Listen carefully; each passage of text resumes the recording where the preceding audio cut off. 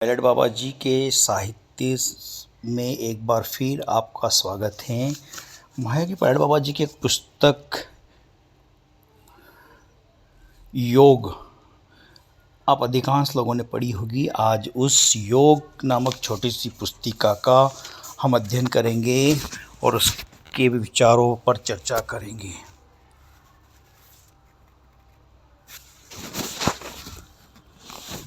योग के पहले अध्याय में बाबा जी कहते हैं, ओम का उच्चारण करके बोलते हैं, जिस संसार में हम रहते हैं उस संसार में 4 प्रकार के लोग रहते हैं जिन्हें मानव कहा जाता है। वे हैं पामर, विषयी, मुमुक्षु और मुक्त। पामर धर्म अधर्म को नहीं मानते हैं। विषयी नीति पूर्वक इहलोक और परलोक के विषय सुख के जैसा काम करते हैं। मुमुक्ष विषयों से उपराम होकर आत्यंतिक कल्याण की जिज्ञासा करते हैं। और मुक्त वे हैं जिन्होंने परमार्थी कल्याण को प्राप्त करते हैं। उनमें से पामर विषय उन्मुक्त की प्रवृत्ति परमार्थी कल्याण के लिए नहीं आती, क्योंकि पामरों की सत्य असत्य विषयक बुद्धि जागृत नहीं है। विषय के सकाम कर्मों में ही अल्प बुद्धि हैं और मुक्त जिज्ञासा आसातीत है। अतः केवल मुमुक्ष पुरुष ही अविचल श्रेय की प्राप्ति की कामना करता है। पूर्व जन्म के शुभाशुभ कर्मों की विभिन्नता के अनुसार मुमुक्ष पुरुषों की वासना और रुचि में अंतर होता है। इसलिए शास्त्रकारों ने आधिकारिक वेद से ज्ञान, कर्म, भक्ति, योग इत्यादि अनेक विभिन्न मार्गों का उपदेश किया है। इनमें राजयोग की इच्छा करने वालों में जो लोग विशेष वृत्ति वाले हैं उन साधकों के लिए हठ योग का उपदेश दिया गया है। हठ योग का लक्षण शास्त्रकारों ने इस प्रकार किया है। फुफ्फुसों में यानी कि फेफड़ों में से विश्वास रूप से बाहर आने वाली वायु को प्राण कहा जाता है। जो प्राण है उसे ह कहते हैं और उष्ण होने के कारण इसे सूर्य कहते हैं। बाहर से जो वायु स्वास्थ्य रूप से भीतर फुफ्फुसों में खींची जाती हैं उसे अपान कहा जाता है। शीतल होने के कारण इसे चंद्र नाम भी दिया जाता है। इसी सूर्य और चंद्र अर्थात परिणाम की क्रिया को नियमित को हठ योग कहा जाता है। इस हठ योग का फल ही राजयोग की प्राप्ति है। हठ योग के 4 अंग हैं: आसन, प्राणायाम, मुद्रा और समाधि। आसनों के द्वारा नाड़ियाँ मुलायम होती हैं और शरीर के रोगों की निवृत्ति होती है।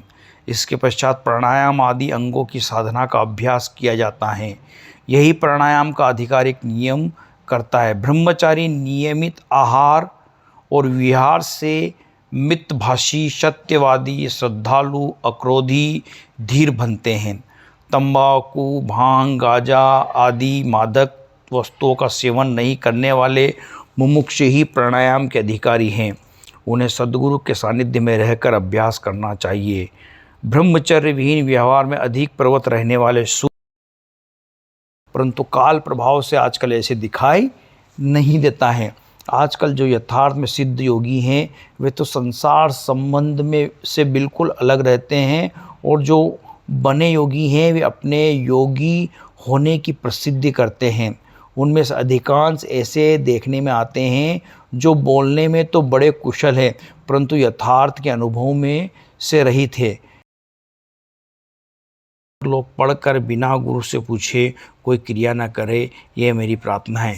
जिन साधकों ने आसनों का अभ्यास करके नाड़ी समूह को मृदु बना लिया है वही प्राणायाम के अभ्यास के अधिकारी हैं। जब तक पद्मासन, सिंहासन, मुख्य आसनों से कोई आसन दिन न हुआ हो, किसी एक आसन से लगातार 2-3 घंटे तक अचल न बैठा जाए, तब तक आसनों का ही अभ्यास बढ़ाए। आसन दृढ़ करे।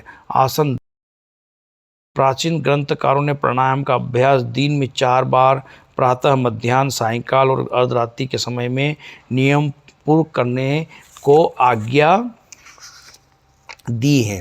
और एक बार में 10 प्राणायाम से प्रारंभ करके प्रतिदिन 5 प्राणायाम बढ़ाते हुए 15 दिनों के बाद 80-80 प्राणायाम करने को लिखा है। इस प्रकार 80 प्राणायाम करने से एक दिन में 320 प्राणायाम होते हैं। ये 320 उत्तम प्राणायाम करते हो तो इससे 6 घंटों से अधिक का समय लगेगा। इतना परिश्रम वर्तमान काल के साधकों के लिए अनुकूल नहीं होगा, ऐसी मेरी समझ है। इसे वर्तमान समय में साधक 10 प्राणायाम से आरंभ करके 40 तक बढ़ाएं। उत्तम प्राणायाम में प्रवेश होने के बाद इसे 25 प्राणायाम करें। कदाचित किसी समय थकावट मालूम हो तो एक दिन चौथाई प्राणायाम कनिष्क प्राणायाम का फुफ्फुस करके फुफ्फुस को विश्राम दे दें। प्राणायाम का अभ्यास शांतिपूर्वक करना चाहिए। कुंभक का समय शीघ्रतापूर्वक बढ़ाने से हानि होने की संभावना है। प्राणायाम का अभ्यास दिन में 2 बार करें। प्रातः काल सूर्योदय से पहले शौच से निवृत्त होकर और संध्या को सूर्यास्त के पश्चात 2 घंटे के बाद। गर्मी का मौसम हो तो अभ्यास कुछ और देर से प्रारंभ करें। प्रकृति दोष, अजीर्णता, थकावट के साथ रात्रि अभ्यास को थोड़ा और बढ़ाएं, अन्यथा फुफ्फुस कोश निर्बल हो जाएगा और अपनी शक्ति से वायु को बाहर नहीं फेंक सकेगा। प्राणायाम के समय शरीर को सीधा तनावा रखें, फुफ्फुस कोशों को शिथिल रखें। फुफ्फुस कोश के शिथिल रहने से वायु को अधिक प्राणायाम में बाहर कर सकेंगे, जिससे कुंभक अधिक प्राणायाम में टिक सकेगा। फुफ्फुस कोश कड़े रहेंगे तो पूरक अधिक मात्रा में नहीं होगा, फिर वायु के वेग से निर्भर नहीं होगा, जिससे फुफ्फुस कोशों में वायु भरी रहेगी और जो दूषित होकर बार बार निकलती रहेगी। ऐसी स्थिति अति हानिकारक मानी जाती है। कदाचित ऐसा प्रसंग उपस्थित हो तो प्राणायाम का अभ्यास बिल्कुल बंद करके आसनों को विपरीत करनी मुद्रा शीर्षासन का अभ्यास करें। ऐसा करने से फुफ्फुस कोश बिल्कुल मुलायम हो जाता है। इसके बाद नादानुसंधान, त्राटक आदि राजयोग में प्रवेश करें। प्राणायाम न करें। प्राणायाम करने के साथ मूल बंद में तो आरंभ से अंत तक दिल तो लगा ही रहना चाहिए। गुदा के ऊपर के भाग को दृढ़तापूर्वक संकृत रखना चाहिए, यह मूल बंध है। गुदा के ऊपर भाग को दृढ़तापूर्वक संकुचित रखना ही मूल बंध है। इस मूल बंध से अपान तत्व ऊपर की ओर आकर्षित होगा। यदि मूल बंध दृढ़ होगा तो मलमूत्र का त्याग नियमित रूप से होता रहेगा, मलावरोध नहीं रहेगा। रक्तता की शरद अनुदित क्रिया बलवती होकर खुद नाद खुल जाएगा। नाड़ियाँ मल दोष के जल जाने से शुद्ध हो जाएगी। कुंडलिनी जागृत होगी, अर्थात अपान तत्व प्राप्त होने के साथ मस्तिष्क में प्रवेश करने लगेगी। यदि मूल बंध दोष वाला होगा तो फुफ्फुसों को आघात पहुंचा सकता है, इससे वे निर्बल बनते जाएंगे। जैसे अलमारी के किवाड़ में कील लगने से बड़े एक तरफ से कील ठोकते हैं और दूसरी तरफ से दृढ़ आधार रखते हैं, नहीं तो किवाड़ के संधि स्थान ढीले पड़ जाते हैं और सारी अलमारी का नुकसान पहुंचता है। इसी प्रकार मूल बंध ठीक न होने से फुफ्फुस और शरीर को हानि पहुंचती है। मल अवरोध हो जाता है, मल बकरी की मिंगनी की तरह बन जाता है और शरीर में थकावट मालूम पड़ता है। इसे पूरा करके तुरंत जालंधर बंद लगाना चाहिए। मस्तिष्क को झुका रखकर चिबुक ड्योढ़ी को कंठ और दाढ़ के सभी निशान भीत इस प्रकार लगाए कि इससे कंठ स्थित विशुद्ध चक्र पर दबाव पड़े। इसे जालंधर बंद कहते हैं। यह बंद सम्यक प्रकार से लगाने पर कंठ स्थित श्वास मार्ग का निरोध होता है। इसे कुंभक के समय फुफ्फुसों को फुफ्फुस कोशों से वायु उछलकर संधि के ऊपर के भागों में आघात नहीं करती। जालंधर बंद से समस्त शरीर के ज्ञान तंतु बलवान होते हैं।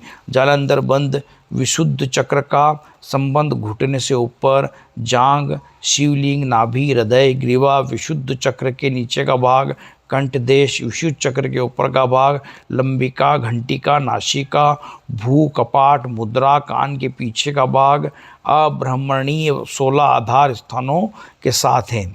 यद्यपि ज्ञान तंतु का केंद्र स्थान मस्तिष्क है, विशुद्ध चक्र नहीं, तथापि निश्चय क्रिया अवयव का नियमन केंद्र स्थान के अनुकूल करना, नीचे के अवयव को संदेश ऊपर केंद्र स्थानों पर भेजना,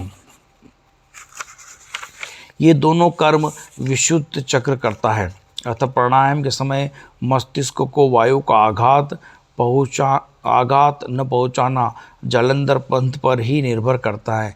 इस पर स्पष्ट है कि जालंधर बंध सुदृढ़ रहने से मस्तिष्क और सभी ज्ञान तंतु का रक्षण होता है। जालंधर बंध दूषित होगा तो अनेक स्थानों में विकृति होने लगेगी, खासकर नासिका, नेत्र, मस्तिष्क का स्थान विकृत होगा। किसी किसी को वात प्रकोपजन्य व्याधि भी होती है। जालंधर बंध का अभ्यास करना हो तो 5 मिनट से प्रारंभ कर सनेह समय बढ़ाना चाहिए। एक साथ अधिक समय तक जालंधर बंद किया जाएगा तो गले के पीछे के भाग की नसें में दर्द हो जाएगा। यदि ऐसा हो जाए तो गोधृत तथा नीलगिरी तेल व यूकेलिप्टिस की मालिश करना चाहिए। 2-1 दिन विश्राम करने पर दर्द मिट जाएगा। कुंभक के बाद रेचक करते समय पहले उड़ियान बंद लगाकर जालंधर बंद खोल देना चाहिए। इधर स्थित आंतों की पीठ की ओर संकोच करने को उड़ियान बंद कहते हैं। अतः संकोच से फुफ्फुस के कोषों का संकोच होने लगता है, जिससे फुफ्फुस कोष बलवान होते हैं। इससे त्रिधातु के विकार से उत्पन्न सब रोग नष्ट हो जाते हैं। त्रिधातु सम अवस्था वाले बनते हैं। सुषुम्ना मार्ग शुद्ध होकर प्राणत्व उद्गम करते हैं। उड़ियान बंद को शास्त्रकारों ने मृत्यु मातंग कैसे अर्थात मृत्यु रूप हस्ती को पछाड़ने वाला केसरी सिंह बलवान बतलाया जाता है। 3 बंदों में उड़ियान बंद को उत्तम माना गया है। उड़ियान बंद दोष युक्त होगा तो फुफ्फुस निर्बल बनेगा। इस प्रकार प्राणायाम के अभ्यास से तीनों बंधों का उपयोग है, अतः शुरू से ही इनका अभ्यास कर लेना चाहिए। कुंभक को इतना ही करना चाहिए जितने में रेचक धीरे धीरे किया जा सके। पूरक इस प्रकार करना चाहिए जैसे नली द्वारा धीरे धीरे जल खींचा जाता है। पूरक शीघ्रतापूर्वक करने से 2 प्रकार की हानि होती है। एक तो इससे फुफ्फुस कोषों को आघात पहुंचता है और दूसरे कुंभक अधिक समय तक टिकता नहीं, परंतु इसके विपरीत विशेष हानि नहीं होती है। रेचक क्रिया को भी शीघ्रतापूर्वक करने से फुफ्फुसों और नाड़ियों में हानि होती है। फुफ्फुस, हृदय, नासिका, नेत्र, कर्ण, मस्तिष्क अवयवों को हानि पहुंचती है। अतः रेचक क्रिया आंतरिक बल से खूब धीरे धीरे करना चाहिए और उसके बाद 1-2 सेकंड कुंभक करने के बाद पुनः पूरक करना चाहिए। बाह्य कुंभक फुफ्फुस कोषों से अधिक बलवान होते हैं। कुंभक के समय भेद से प्राणायाम 3 प्रकार का होता है, उत्तम, मध्यम और कनिष्क। शास्त्रकारों ने जो 5 प्रकार की वायु बताई हैं वे 5 तत्व है। प्राण तत्व और वायु दोनों में अंतर है। प्राण तत्व वायु का रूपांतर है, जैसे मिट्टी से रूपांतरित होकर सुंदर फूल और प्राणी मात्र के शरीर में बंधे हैं, वैसे वायु के सूक्ष्म अंश सत्व से प्राण तत्व बना है। मिट्टी से बनने के कारण शरीर को पंचभूत तथा मिट्टी रूप कहा जाता है। वैसे ही प्राण तत्व वायु का सत्व रूप होने से वायु कहलाता है। प्राण तत्व बाह्य विद्युत दोनों का एक जाति कहा जाए तो अनुचित नहीं होगा। इस प्राण तत्व का दूसरा भेद अपान तत्व प्राण तत्व के साथ मिलकर सुषुम्ना द्वारा मस्तिष्क में चढ़ता है। जब ये पूर्व मार्ग से चढ़ता है तब बंद नेत्र से भू स्थान में प्रकाश रूप में प्रतीत होता है। नीला, लाल, श्वेत, फिर ऐसे भिन्न भिन्न रंग दिखते हैं। इस स्थिति से प्राणों के ऊर्ध्व गति करने की क्रिया को कुंडलिनी की जागृति कहते हैं। यही अवस्था को आगे बढ़ने पर अवगुणमयी अवस्था और समाधि कहते हैं। उत्तम प्राणायाम में प्रवेश होने के बाद प्राण तत्व सुषुम्ना द्वारा मस्तिष्क में चढ़ने लगता है। आरंभ में यह पिपीलिका चींटी के समान धीरे धीरे मुख्य परिणाम में ऊपर चढ़ता है। तत्पश्चात तीनों ग्रंथि भाग के आगे नाड़ी के शेष भाग की शुद्धि होने पर मेंढक की गति से कूदकर ऊपर चढ़ने लगता है।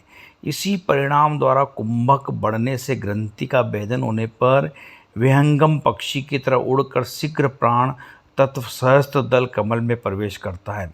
जब प्राण तत्व मस्तिष्क में जाने लगता है तब मस्तिष्क में भारीपन मालूम होता है। कुछ दिनों के बाद मस्तिष्क का शोधन हो जाता है और सहनशीलता भी बढ़ जाती है और इससे कष्ट मालूम नहीं होता। एकाध वर्ष के बाद जब प्राण तत्व अधिक वेग से गति करने लगता है तब मन के कर्ता का आनंद का अनुमान होने लगता है। प्राणायाम के अभ्यास के बाद शांति के लिए शवासन करना चाहिए और साथ साथ अनुसंधान करना चाहिए। विश्राम के बाद गुनगुनाते हुए सामान्य जल से स्नान करके संध्या वंदन करना चाहिए। उसके पश्चात भोजन करके शांतिपूर्वक शास्त्र आदि का अध्ययन करना चाहिए। रात्रि को भोजन करना मना है। हाँ, अभ्यास के बाद आवश्यकता अनुसार गर्म किया हुआ दूध ठंडा करके पीना चाहिए। शास्त्रकारों ने प्राणायाम के 9 प्रकार बताए हैं।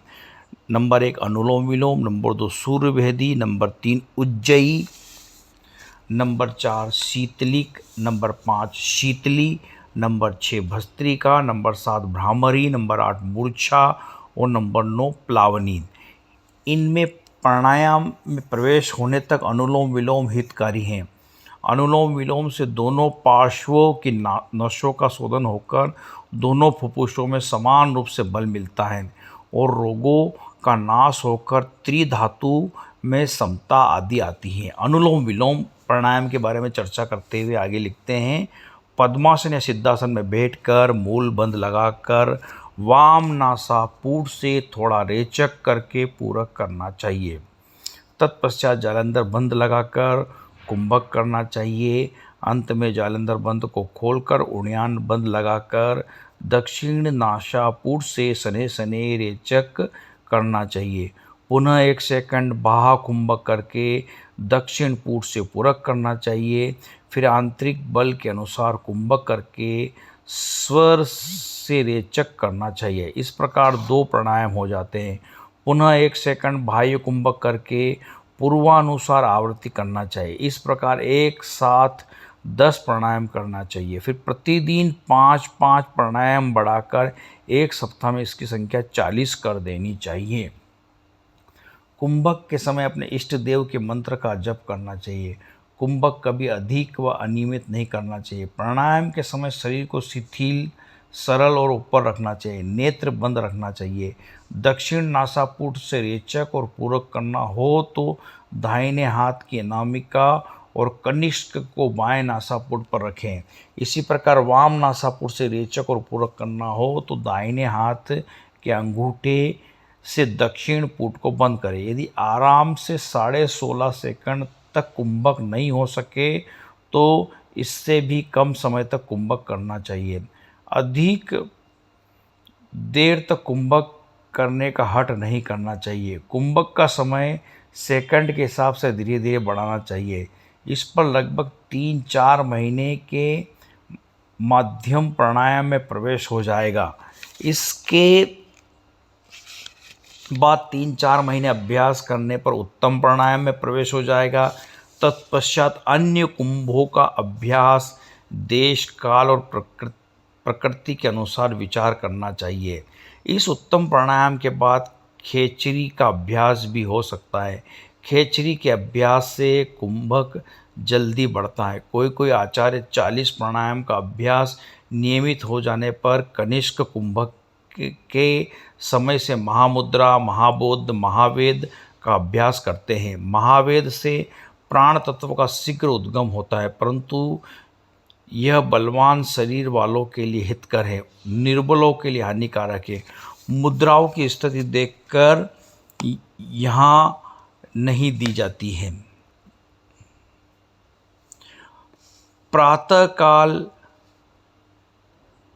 प्रातः और साय दोनों समय समान क्रिया करनी चाहिए, परंतु थकावट हो तो रात्रि के समय कम अभ्यास करना चाहिए। आसन और विपरीत करणी मुद्रा करना हो तो प्राणायाम से पहले सुबह करें। सायंकाल को आसन और विपरीत करने का अभ्यास न करें। सूर्य भेदी प्राणायाम को थोड़ा रेचक करके सूर्य नाड़ी यानी दाहिने नासापुट से पूरक करना चाहिए। फिर कुंभक करके चंद्र नाड़ी यानी बाएं नासापुट से पूरक करना चाहिए। पूर्ववत जालंधर बंद इस प्राणायाम में लगना आवश्यक होगा। इस प्रकार के प्राणायाम को सूर्य भेदी प्राणायाम कहते हैं। अनुलोम विलोम में दोनों नासापुटों से पूरक रेचक होता है। इसमें एक ही पुट से अर्थात दक्षिण से पूरक, बाएं से रेचक होता है। यही दोनों में अंतर है। दक्षिण फुफ्फुस का संबंध यकृत से होने के कारण इस प्राणायाम में शरीर से पित्त में विघ्न होता है। उष्णता में गर्मी बढ़ती है। इससे वात और कफ का प्रकोप शांत हो जाता है। कपाल देश में संचित श्लेष्म, वात नाड़ियों के विकार, रक्त दोष, त्वचा दोष, उदर कृमि, प्रश्वेत से उत्पन्न कृमि, कुष्ठ आदि से उत्पन्न कीटाणु आदि नष्ट हो जाते हैं। इस प्राणायाम को गर्मी के दिनों में करना अनुकूल नहीं है तथा पित्त प्रधान प्रकृति के लोगों के लिए भी हितकारी नहीं है। आगे उज्जयी प्राणायाम के बारे में लिखते हैं कि उज्जयी प्राणायाम में मुंह को कुछ झुकाकर कंठ से हृदय पर्यंत शब्द करते हुए वायु को फुफ्फुस में प्रवेश करना चाहिए। इस प्रकार दोनों नासापुटों से अल्प प्राण वायु को खींचें। फिर पूरक करने के बाद 4-5 सेकंड कुंभक करके ईड़ा नाड़ी से रेचन करें। इस परिमाण में पूरक, कुंभक और रेचक तीनों स्वल्प परिमाण में किए जाते हैं, यानी थोड़े समय में किए जाते हैं। इसमें जालंधर आदि बंधों को लगाना इतना आवश्यक नहीं होता है। बैठे, चलते, खड़े हुए या सोकर या शव आसन में इस प्राणायाम का अभ्यास किया जा सकता है। जब शारीरिक विकार के कारण दूसरे प्राणायाम नहीं हो सके, समय अनुकूल न हो, तो इस समय उज्जयी प्राणायाम करना चाहिए। इस प्राणायाम में से कफ प्रकोप, उदर रोग, जलोदर, मंदाग्नि, अजीर्ण, सांस, मेदाग्नि, धातु के विकार और जल अवरोध जनित समस्या दूर हो जाती हैं तथा अग्नि प्रदीप्त होती हैं। शीतलिक, दांतों के बीच जीवा को बाहर ओठ तक निकालकर ओठों को फुलाकर उद्देशित कार्य करते हुए वायु का आकर्षण करना शीतकारी प्राणायाम कहलाता है। इस प्राणायाम में वायु जीवा के सहारे भीतर प्रवेश करती है। इसमें 4-5 सेकंड कुंभक करके दोनों नासापुटों से सने सने रेचक करना चाहिए। इससे इस बंधों को लगना आवश्यक नहीं होता, परंतु यदि अधिक देर तक कुंभक करना हो तो बंध लगाना आवश्यक हो जाता है। इस प्राणायाम से यकृत में पित्त के उत्पन्न करने के लिए क्रिया तक हो जाती है। इससे निद्रा, आलस्य आदि का त्रास कम हो जाता है। पित्त प्रकोप समाप्त हो जाता है। शरीर तेजस्वी बनता है। पूरक के वायु से प्राण तत्व का बल मिलता है, अतः शरीर में निर्बलता नहीं आती। शीतली प्राणायाम के बारे में लिखते हैं कि जिह्वा को ओठ से 1 अंगुल बाहर निकालकर इस प्रकार पक्षी की चोंच के समान आकृति बनाकर बाहर वायु को पराकर्षण करो। फिर कुछ कुंभक करके दोनों नासापुटों को धीरे धीरे बाहर कर दे। यह शीतली प्राणायाम कहलाता है। इसमें गुलून, पीलिया, उदर रोग, अतिसार, पेचिश, पित्त वृद्धि, दाहा, अम्लपित्त, रक्तपीत, क्षुधातिशा आदि रोग नष्ट होते हैं। प्रातः सायं आधे घंटे तक इस प्राणायाम का अभ्यास करना चाहिए। शीतकाल में कफ प्रकृति के मनुष्यों के लिए प्राणायाम हितकारी नहीं है।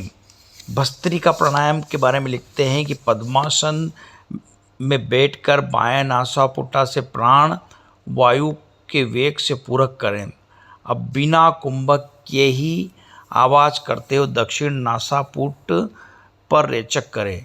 लोहार के समान वेग पूर्वक विभिन्न व्रत 8 बार पूरक रेचक करने के बाद 9वीं बार पूरक करके कुंभक करें और दृढ़ जालंधर बंद लगाएं। फिर दक्षिण नासापुट से सने सने रेचक करें। रेचक करने से पहले जालंधर बंद खोल दें और उड़ियान बंद लगा दें।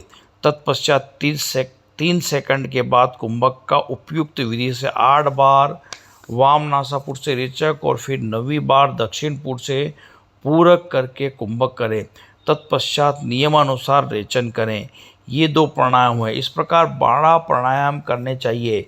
इस प्राणायाम से कुंभक बहुत बढ़ जाता है। यह प्राणायाम बहुत अधिक नहीं करना चाहिए, क्योंकि अधिक करने से फुफ्फुस कोश पर आघात होने की पूरी संभावना होती है।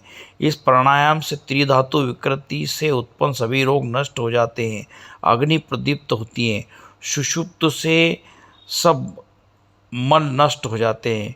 ब्रह्म ग्रंथि, विष्णु ग्रंथि और रूप ग्रंथि तीनों का भेदन होकर सुषुम्ना में से प्राण तत्व विहंगम गति से ऊर्ध्व गमन करने लगता है। ब्राह्मणी प्राणायाम, सिद्धासन लगाकर नेत्र बंद करके और भ्रू मध्य में लक्ष्य रखे, तब जालंधर बंद लगा दे। इस प्राणायाम के समय जालंधर बंद बराबर लगाकर रखना चाहिए।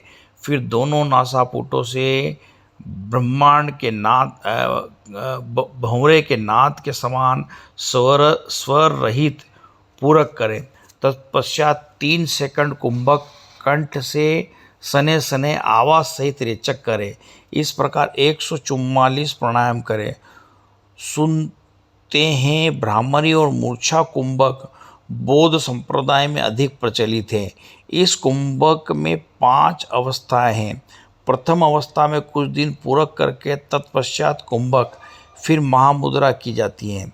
नियम पूर्वक 3 सेकंड का कुंभक होने पर पुनः सिद्धासन लगाकर रेचक किया जाता है।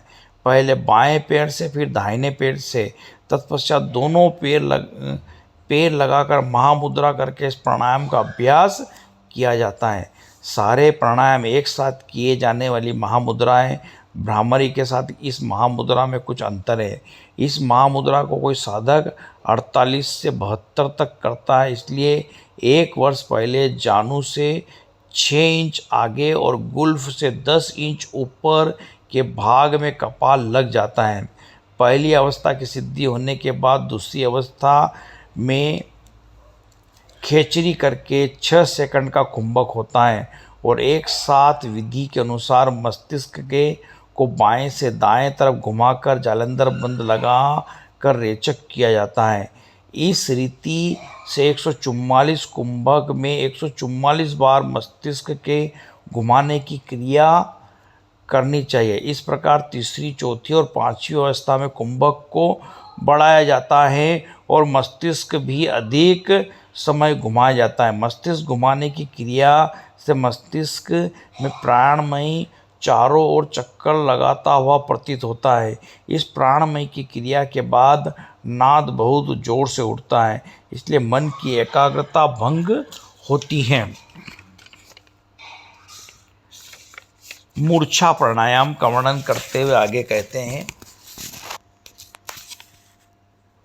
मूर्छा प्राणायाम पर लिखते हैं कि भ्रामरी प्राणायाम के अभ्यास पूर्ण होने पर सिद्धासन में बैठकर दोनों नासापुट से पूरक करके जालंधर बंद लगाना चाहिए।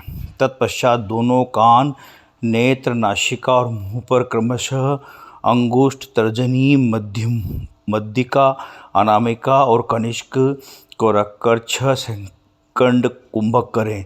तत्पश्चात नासिका के छिद्र पर से अनामिका को शिथिल कर जालंधर बंद रखते हुए सने सने दोनों नासिका पुटों से रेचक करें।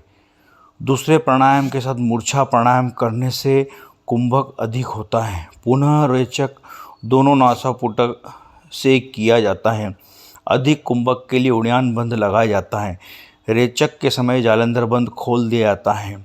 इस प्राणायाम में रेचक के समय बंद नेत्र से स्थान प्राण तत्व का श्वेत, नील, काला, लाल प्रकाश देखने में आता है।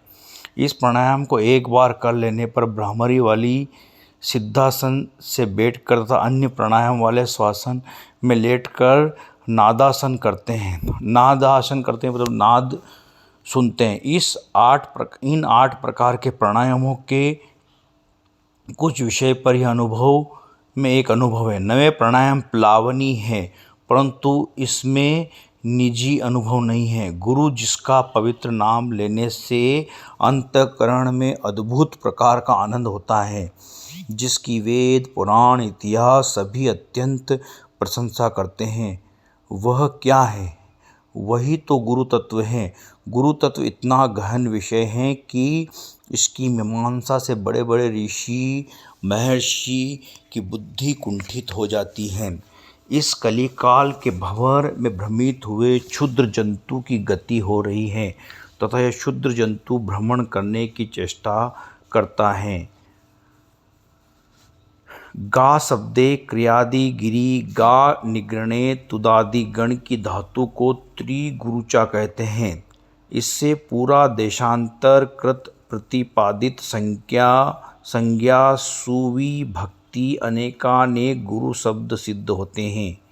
धर्म का जो उपदेश है अज्ञान रूपी तम का विनाश कर ज्ञान रूपी ज्योति से जो प्रकाश करे, देव गंधर्वादि से जो स्तुत हो, उन्हें साक्षात देव की संज्ञा गुरु है। किंतु तांत्रिक महाशय गुरु शब्द के प्रत्येक वर्ण का उस स्तुति से अर्थ करते हैं। इसके मत से गा काट का अर्थ सिद्धिदाता, रेफ का अर्थ पापनाशक और उकार का अर्थ शंभु है, अर्थात जो सिद्धि दे सकते हैं, पापों को विनाश करने की जिसमें क्षमता है और जो मंगल करता है, उनको गुरु कहते हैं। गा आकार का अर्थ ज्ञान, रेफ का अर्थ तत्व प्रकाशक और उकार का अर्थ शिव तादात्मक पद है, अर्थात जो तत्व ज्ञान को प्रकट कर शिव के साथ अभिन्न करा देता है, उन्हें ही गुरु शब्द से गुंजित किया जाता है। अर्थात सुषुप्ति अवस्था ये चित्त की तीसरी अवस्था है। जागृत, स्वप्न, निद्रा जहाँ विश्राम करती है, सुषुप्ति उसे कहते हैं। जब मनुष्य इन तीनों अवस्थाओं में से किसी में जागृति हो जाती है विघ्न डालने से, जब मनुष्य के आहार विहार के अतिशय से निद्रा में ही गाढ़ता आ जाती है, उस समय वह सुषुप्ति अवस्था कहलाती हैं। इसमें जो जगत जागृत अवस्था के अनुभव से स्वप्न स्थायी थे, वे भी सब निद्रा की गाढ़ता के कारण सुप्त हो जाते हैं। जैसे अमावस्या की अंधियारी में सब जगत अंधकार में विलुप्त प्राय हो जाता है, उसी प्रकार इस सुषुप्ति अवस्था में भी सब वासनाओं का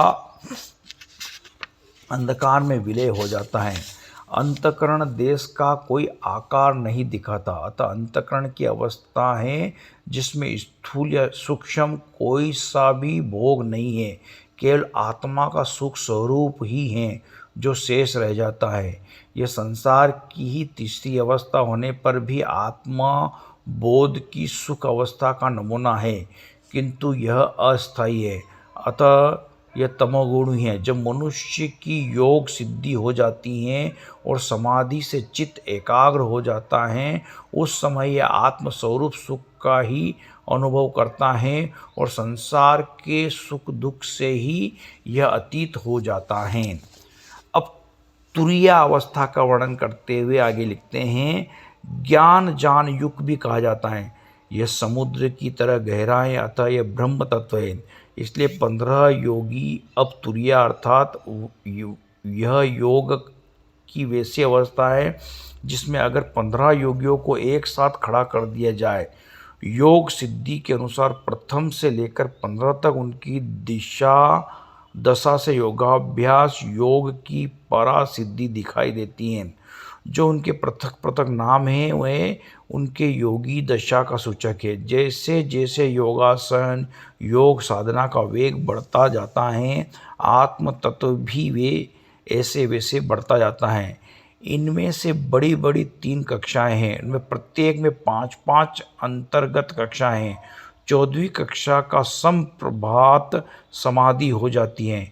इस कक्षा में योगी प्रकृति तथा पुरुष की पृथक पृथक प्रतीति हो जाती है। 15वीं कक्षा में केवल आत्म स्वरूप में लीन हो जाता है, उसको दूसरी वस्तु दिखाई नहीं देती है और न उसकी सुख और दुख की प्रतीति होती है। ये योगी केवल प्रकृति या पुरुष के विवेक से ख्याति ही अर्जित करते हैं। इनका कोई देवता या ईश्वर नहीं होता, वे केवल अपने आत्मवेग का आशय रखते हैं। इसी कारण उनका मार्ग स्वावलंबन मात्र होने से कठिन विलंबित फल होता है। इनकी दशा उस चींटी के समान है जो किसी चिकनी दीवार पर बार बार चढ़ती है और बार बार गिरती है। इनके योग में अनेक बार पतन होता है और अनेक बार उत्थान होता है। भक्ति योग के बारे में लिखते हैं, इसमें योगी ईश्वराधीन, ईश्वर प्राण, ईश्वर सर्वस्व है, सारा भरोसा ईश्वर पर रखता है। इसको अपने पतन और उत्थान की कोई चिंता नहीं है।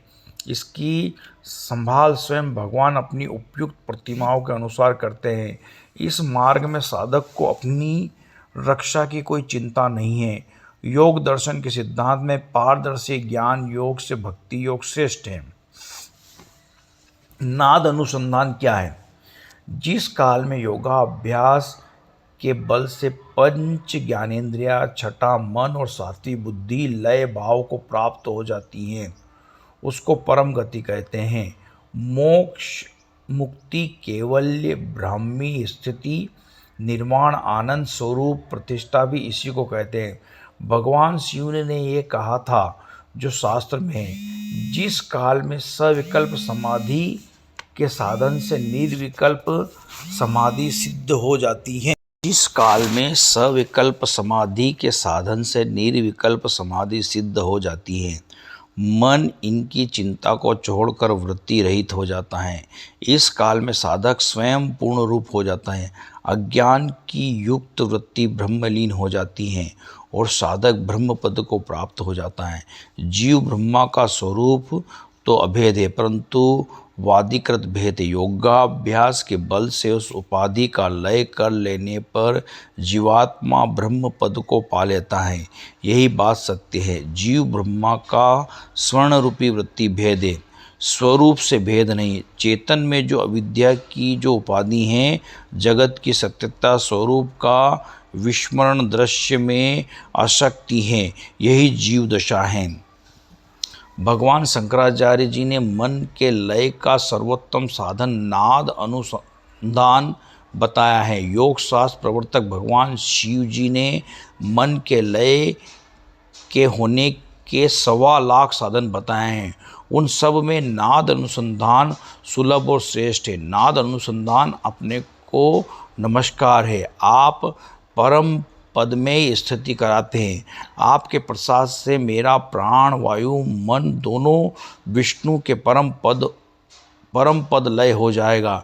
योग साम्राज्य में स्थित होने की इच्छा हो तो सब चिंताओं को त्याग कर सावधान होकर एकाग्र मन से अनंत नादों को सुने। सुखासन योगेंद्र के शिष्य श्री सूरदास जी ने भी अनंत नादों की महिमा को बताया है। शिव संहिता में भी मन को लय करने में उत्तम नाद ही कहा गया है। सिद्धासन के तुल्य कोई लाभदायक आसन नहीं, केवल कुंभक के तुल्य कोई बल नहीं, खेचरी मुद्रा की बराबरी करने वाली कोई मुद्रा नहीं। मन को लय करने वाला साधन में अनद नाद की तुलना करने वाला और कोई साधन नहीं। मन को लय करने के अनेक साधन हैं, परंतु उनमें नाद अनुसंधान उत्तम है। नाद अनद नाद के प्रकट करने का गुप्त साधन है। हर एक मनुष्य को देह में लगभग 33 कोटि रोम है। जब साधक 3.5 कोटि रूप परमात्मा के नाम का जप सद्गुरु मार्ग से कर लेता है, तब अनहद नाद प्रकट हो जाता है। यह तो उसकी वायु की प्रकृति उसके लिए है, और जिनके पित्त प्रकृति होती है उनकी तो नाड़ियाँ जल्दी से शुद्ध होने से 1.25 कोटि जप सद्गुरु मार्ग से करने से ही नाद प्रकट हो जाता है। नाद 10 प्रकार का है। अभ्यास करते करते जब 10वां नाद जो बादल की गर्जना तुल्य है, तो 9 नादों को छोड़कर 10वां नाद ही सुनते रहना चाहिए। 10वें नाद की पक अवस्था में प्राण, वायु व मन दोनों ही लय हो जाते हैं। मन पवन को लय होने पर शेष ब्रह्म पद ही हैं। ब्रह्म नाड़ी जो सुषुम्ना है, उसके भीतर प्राण वायु के प्रवेश होने पर नाद का प्रकट होना आरंभ होता है। स्नेह स्नेह अनाद का सूरत के बल से दक्षिण कान से सुनते जाना चाहिए। आभास की पक अवस्था का फल यह होगा कि कुंडलिनी शक्ति जागृत होकर ब्रह्म ज्ञान भी करा देगी। अंत में कुंडलिनी शक्ति ब्रह्म में लीन हो जाएगी। जीव दशा नष्ट होकर ब्रह्म पद प्राप्त होता है। कुंडलिनी जागकर ब्रह्म ग्रंथि, विष्णु ग्रंथि और रुद्र ग्रंथि को भेद करके अनेक प्रकार के चमत्कार दिखाती है। जब तक कुंडलिनी शक्ति जागृत नहीं होती तब तक मनुष्य का ज्ञान ब्रह्मात्मक और संशय युक्त होता है। अनुभव रहित शास्त्रीय ज्ञान नक्शे के बम्बई के तुल्य है और कुंडलिनी जागरण के बाद का अनुभवी ज्ञान ऐसा है जिसे किसी ने 8 महीने घूमकर बम्बई की गली गली देखी हो। इसी कारण से चतुर साधकों को चाहिए कि गंगा योगानुभवी सद्गुरु की शरण लेकर कुंडलिनी जागृत करें। इसके जागने पर ब्रह्म का सम्यक ज्ञान करा मलक होकर मुक्ति प्राप्त होती है। दृश्य विभ्रम जिसके देखते रहने पर दुखदायी नहीं रहेगा। हठ योग के साधक बहुत ही लाभदायक हैं। इन साधकों के शरीर की निरोगता, भजन, निवृत्ता, प्राणापान की अमता, बिंदु जनित इत्यादि अनेक लाभ होते हैं। हठ योग के 84 आसनों में से सिद्धासन, पद्मासन, मुख्य सिद्धासन की पक अवस्था में अपान प्राण में मिल जाएगा। योनि के पीड़न से अग्नि दीप्त होगी और स्वप्न दोष कभी होगा ही नहीं। तीनों बंद इस आसन में लगाते ही स्वतः इनमें बंदों का अभ्यास हो जाएगा। सिद्धासन जिसे मूल बंद और खेचरी मुद्रा करने से अपान वायु प्राण वायु में मिल जाएगी। इस पद्मासन से सब रोगों का नाश और 72,000 नाड़ियों का मल साफ हो जाता है। प्राणायाम बंधों से लाभ हैं। गुरुगम में प्राणायाम करने से सब रोग नष्ट हो जाते हैं। प्राणायाम की गलती होने से सब रोगों के होने की संभावना है। प्राणायाम के सम्यक होने से वात पित्त कफ समता में रहने से शरीर निरोग हो जाता है। कुंभक से मन मल रहित हो जाता है। धारणा से पापों का नाश हो जाता है। प्रत्याहार से इंद्रियों का जो विषयों से संसार को छूट जाता है। संसार ध्यान से परमात्मा का ज्ञान होता है। समाधि से निर्लिप्त केवल भाव रूप मुक्ति को प्राप्त हो जाता है। जैसे सोना अग्नि तपाने से मेल छोड़कर शुद्ध हो जाता है, वैसे प्राणायाम रूपी वायु निरोध से इंद्रियां प्रमाद रूपी अग्नि को छोड़कर शुद्ध हो जाती हैं। जिस योगी को केवल कुंभक सिद्ध हो गया है उसे कुछ भी दुर्लभ नहीं है। जिस योगी ने प्राण वायु अपने वश में करके केवल कुंभक स्थिति प्राप्त की है उसकी इच्छा मृत्यु होती है। देह रहे या न रहे यह उसकी इच्छा के अधीन होता है। जैसे भीष्म पितामह ने अपने देह को दक्षिणायन में प्राण त्याग करके अपनी इच्छा अनुसार उत्तरायण में प्राण को त्यागा। यह प्राण विद्या की महिमा है। जहाँ तक प्राण वायु कुंभक से निरुद्ध हैं वहाँ तक मन की वृत्ति रहित है और दृष्टि भी भ्रुकुटी में अचल है। ऐसी अवस्था में काल का भय नहीं रहता। प्राणायाम करते समय पूरक में मूल बंध, कुंभक में जालंधर बंध और रेचक उड़ियान बंद करना ही चाहिए। ये तीनों बंद गुरु से ही सीखना चाहिए। मूल बंद खेचरी मुद्रा के अभ्यास से अपान प्राण में जाकर मिल जाता है। अग्नि की दीप्ति से मलमूत्र स्वल्प हो जाते हैं। मूल बंद के स्वतः अभ्यास से वृत्ति वीर्यवान तुल्य हो जाती हैं। जिस साधक ने मूल बंद पक कर लिया उसका सब कष्ट मिट जाता है। जैसे पंचमुखी महादेव जी अजर अमर हैं वैसे ही केवल कुंभक सिद्धि वाले योगी भी अजर अमर हैं। जालंधर बंद से लाभ है। जालंधर बंद में ड्योढ़ी के नीचे झुकाकर हृदय के चारों ओर ऊपर उठ जाए, चार अंगुल ऊपर उड़ जाए, उसी से 16 आधारों को बंधन होता है। जालंधर बंद तथा महामुद्रा दोनों मृत्यु को हटाने वाला है। प्राणायाम में रेचक के समय नाभि पीछे खींचकर मेरुदंड से मिलाएं। इससे वायु सुषुम्ना पर से अभ्यास करते करते अंत में पर ब्रह्म वायु का लय हो जाता है। रात और दिन जिसका स्वरूप है वह काल सूर्य नाड़ी है और चंद्र नाड़ी है। सूर्य और चंद्रमा के द्वारा होने वाले इस रात्रि दिन रूपी काल का सुषुम्ना भक्षण करती है। यह गूढ़ रहस्य है या यह प्रकृति है। इसका अभिप्राय यह है कि जब सूर्य नाड़ी चलती है तब वह दिन है, और जब चंद्र नाड़ी चलती है तो वह रात है। ढाई ढाई घड़ी एक एक नाड़ी चलती रहती है, अर्थात 5 घड़ी का रात्रि दिन रात्रि, 5 घड़ी का रात्रि दिन रूप एक काल होता है। पर जब सुषुम्ना मार्ग से वायु ब्रह्मांड में लीन हो जाती है तब रात्रि दिन रूप काल यहाँ नहीं रहता। जितने काल तक योगी वायु को रमणी में जागता है उतने काल तक वह काल के अधिकार के परे रहता है। मरण काल निकट जानकर जब योगी अपने प्राणों को ब्रह्मांड में स्थिर करता है तो नियत समय पर काल आकर भी खाली हाथ लौट जाता है। चांददेव जी महाराज जी ने 10 दिन तक लगातार ऐसी बाधाएं लगाए बैठे थे। इस बीच स्थूल शरीर पर काल की जो सीमा थी वह समाप्त हो गई और नई कांति लेकर चांददेव जी बाहर आए। काल को चांददेव जी ने परास्त किया, इससे उनकी कीर्ति फैली। इस प्रकार काल को लौटाना और जीवन लेकर प्रकट होना 14 बार किया। जब 1400 साल पूरे हुए, विकरण भाव शब्द का अर्थ है कर्ण रहित अवस्था। कर्ण 14 हैं, 5 ज्ञानेंद्रिया, 5 कर्मेंद्रिया। अंतःकरण जिसको मन, बुद्धि, चित्त, अहंकार कहते हैं, इन कर्णों से रहित होकर भी आत्मसात अनुभव करने के सामर्थ्य को विकरण भाव कहते हैं। साधारणतः मनुष्य में जब ये विकर्ण अवस्था उपस्थित होती है तब वह सुषुप्त हो जाता है, फिर वह आत्मसात अनुभव नहीं कर सकता।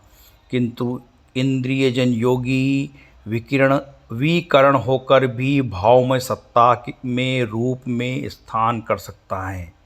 इस सामर्थ्य के प्राप्त होने से ही समझा जाता है कि विकरण विभूति का आविर्भाव हुआ है कि नहीं। प्रधान शब्द का अर्थ है प्रकृति। प्रकृति और योग सूत्र के द्वितीय पाद में प्रकृति को विस्तार से समझाया गया है। प्रकृति नाम से कुछ है ऐसी प्रतीति का लोप होना ही प्रकृतिजन्य है। सत्ता केवल आत्मा चेतन रूप में ही है। विद्यमान अर्थात प्रत्यक्ष होने पर अनित्य वस्तु की सत्ता का ज्ञान रह ही नहीं जा सकता। अतः प्रकृति 3 गुणों की समान अवस्था है, वास्तव में न है और न ही रह सकती है। साधना की पहली अवस्था से यह मान लिया जाता है कि पुरुष ही प्रकृति रूप से अथवा विकास करता है और यही ज्ञान लेकर आगे बढ़ता है।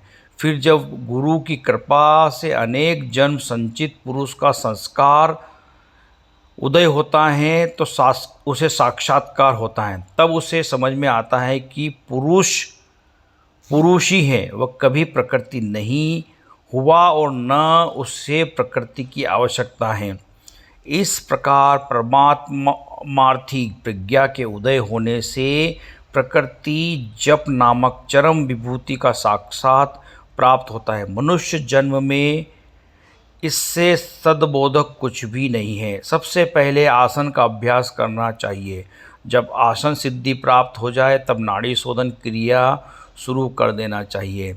स्थिर भाव से सुखासन में बैठकर दाहिने हाथ के अंगूठे से दाएं नथुने को खूब दबाकर बाएं नथुने से जहाँ तक हो सके वायु को खींचना चाहिए और जरा सी भी देर न ठहर करके अनामिका और कनिष्का अंगुलियों से बाएं नथुने को बंद करके दाहिने नथुने से वायु को रेचन करना चाहिए, अर्थात वायु को निकाल देना चाहिए।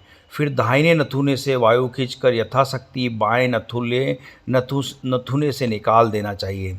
परंतु खींचने का काम पूरा होते ही उसी क्षण वायु को निकाल देना चाहिए। जरा सी भी देर नहीं रोकना चाहिए। पहले अभ्यास करते समय उपयुक्त क्रिया 3 बार करनी चाहिए। इसके बाद 3 बार अच्छी तरह अभ्यास हो जाए तो 5 बार, फिर 7 बार, इस प्रकार बढ़ाते जाए।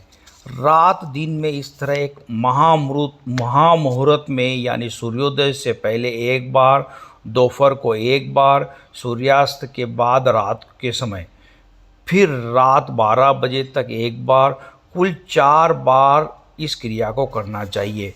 रोज नियम से 4 बार के अभ्यास करने से 2-3 महीने में सिद्ध हो जाएगा। नाड़ी शोधन में सिद्धि प्राप्त हो जाने पर देह खूब हल्की मालूम पड़ती है। आलस्य, जड़ता, सुस्ती सब कुछ दूर हो जाता है। कभी कभी आनंद से मन उत्फुल्ल हो जाता है और समय समय पर सुगंध से नाक भर जाती है। जब ये सब लक्षण प्रकट होने लगे तब समझना चाहिए कि नाड़ी शोधन क्रिया सिद्ध हो गई है। श्वास प्रवाह की स्वाभाविक गति का निरोध करके शास्त्रोक्त नियम के अनुसार चलने का नाम प्राणायाम है। इससे प्राण और अपान वायु के संभोग को भी प्राणायाम कहते हैं। प्राणायाम करने से हम साधारणतः रेचक, पूरक तथा कुंभक 3 प्रकार की क्रिया को ही समझते हैं। बाहर की वायु आकर्षित करके भीतर भरने को पूरक, जल से पूर्ण घड़े की तरह भीतरी वायु धारण करने को कुंभक और उस धातु का बाहर निकालने को रेचक कहते हैं। पहले दाहिने नथुने के अंगूठे से दाहिने नथुने को बंद करके ओम अथवा अपने दृश्य 16 बार जप 16 बार जप करके वायु को धीरे धीरे बाहर खींचकर भीतर तक भक्तिमय होना चाहिए। फिर कनिष्का अनामिका से बाएं नथुने को बंद करके वायु को रोकते हुए ओम या मूल मंत्र का 64 बार जप करके कुंभक करना चाहिए। उसके बाद अंगूठे का दाएं नथुने से उठाकर ओम या मूल मंत्र 32 बार करते हुए दाहिने नथुने से वायु निकाल दें। फिर इसी प्रकार से उल्टे तौर पर अर्थात श्वास छोड़ने के बाद उसी दाहिने हाथ से ओम का मूल मंत्र जाप करते हुए पूरक दोनों नथुने को बंद करें और बाएं नथुने से रेचक करना चाहिए। बाएं हाथ की अंगुलियों के पोरों पर जप करके गिनती करें। पहले सेकंड प्राणायाम करने में 8, 32, 16, 4, 16, 8 बार करते करते 8, 32, 16 या 4, 16, 8 बार जप करते करते प्राणायाम करें। दूसरे साधारण इनके मंत्र जाप करने में है, परंतु शीत योगी इन सबों से सहायता न लेकर शीतलिक प्राणायाम की सहायता अधिक लेता है, क्योंकि शीतलिक प्राणायाम से शरीर विशेष स्वस्थ रहता है। योगियों को चाहिए कि सदा ही शीतलिक कुंभक की साधना न करें। इसकी साधना करने से सभी अजीर्ण और कफ आदि व्याधा नहीं होती है। शीतलिक प्राणायाम इस प्रकार हैं। जीभ से वायु आकर्षित करना चाहिए तथा दोनों होठ सिकोड़कर बाहर की वायु धीरे धीरे खींचना चाहिए। इस प्रकार अपनी शक्ति भर वायु खींचकर मुंह बंद कर लेना चाहिए और वायु को छोड़कर पेट में पचाना चाहिए।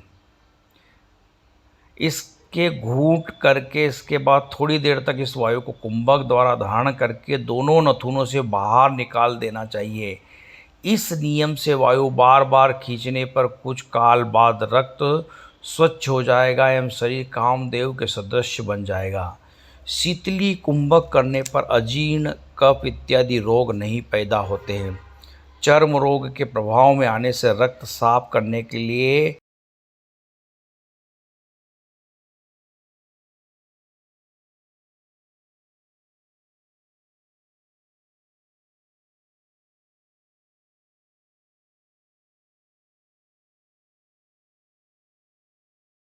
कम से कम 3-4 बार, 5 बार, 7 बार या 7 मिनट हर बार इसी भाव से बैठकर इस तरह मुंह से वायु खींचना चाहिए और नथुनों से निकालना चाहिए।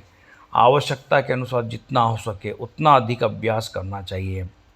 मेले कुचेले व प्रदूषण वाले स्थान पर व वृक्ष के नीचे मिट्टी के तेल का चिराग जलाकर और घर में खाया हुआ अन्न न हजम होने पर क्रिया नहीं करना चाहिए।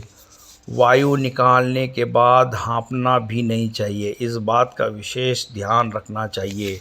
विशुद्ध वायु से पुनः स्वादिष्ट स्थान में बैठकर धीरे धीरे पूरक कुंभक और रेचक करना चाहिए, तभी साधना का लाभ है। शीतलिक कुंभक का संधि करने पर गुण में प्लीहा, जवर, आलस्य, क्षुधा, तृष्णा आदि साधक के सब दोष नष्ट हो जाते हैं। इस क्रिया से मूलतः छाती, पीठ, पेट इत्यादि के किसी भी प्रकार का दर्द मिट जाता है। प्राणायामशील होने पर मोहावरण का क्षय होकर दिव्य ज्ञान का प्रकाश होता है। प्राणायाम करने वाले व्यक्ति सब रोगों से मुक्त रहता है। नियम पूर्वक प्राणायाम करने से साधक सब रोगों से मुक्त हो जाता है, किंतु अनियमित तथा वायु वितक्रम हो जाने पर हिचकी, दमा, खांसी, फिर अनियमित प्राणायाम आदि कारण यदि किसी सज्जन पर किसी प्रकार का व्याधि कर्म कर दिया गया है तो कृपा कर प्राणायाम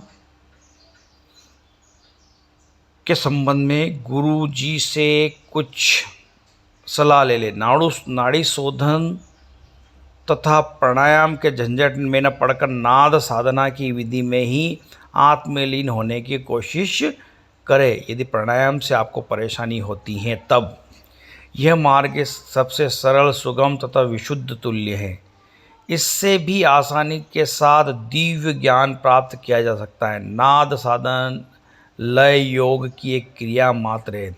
सदाशिव इन 1,25,000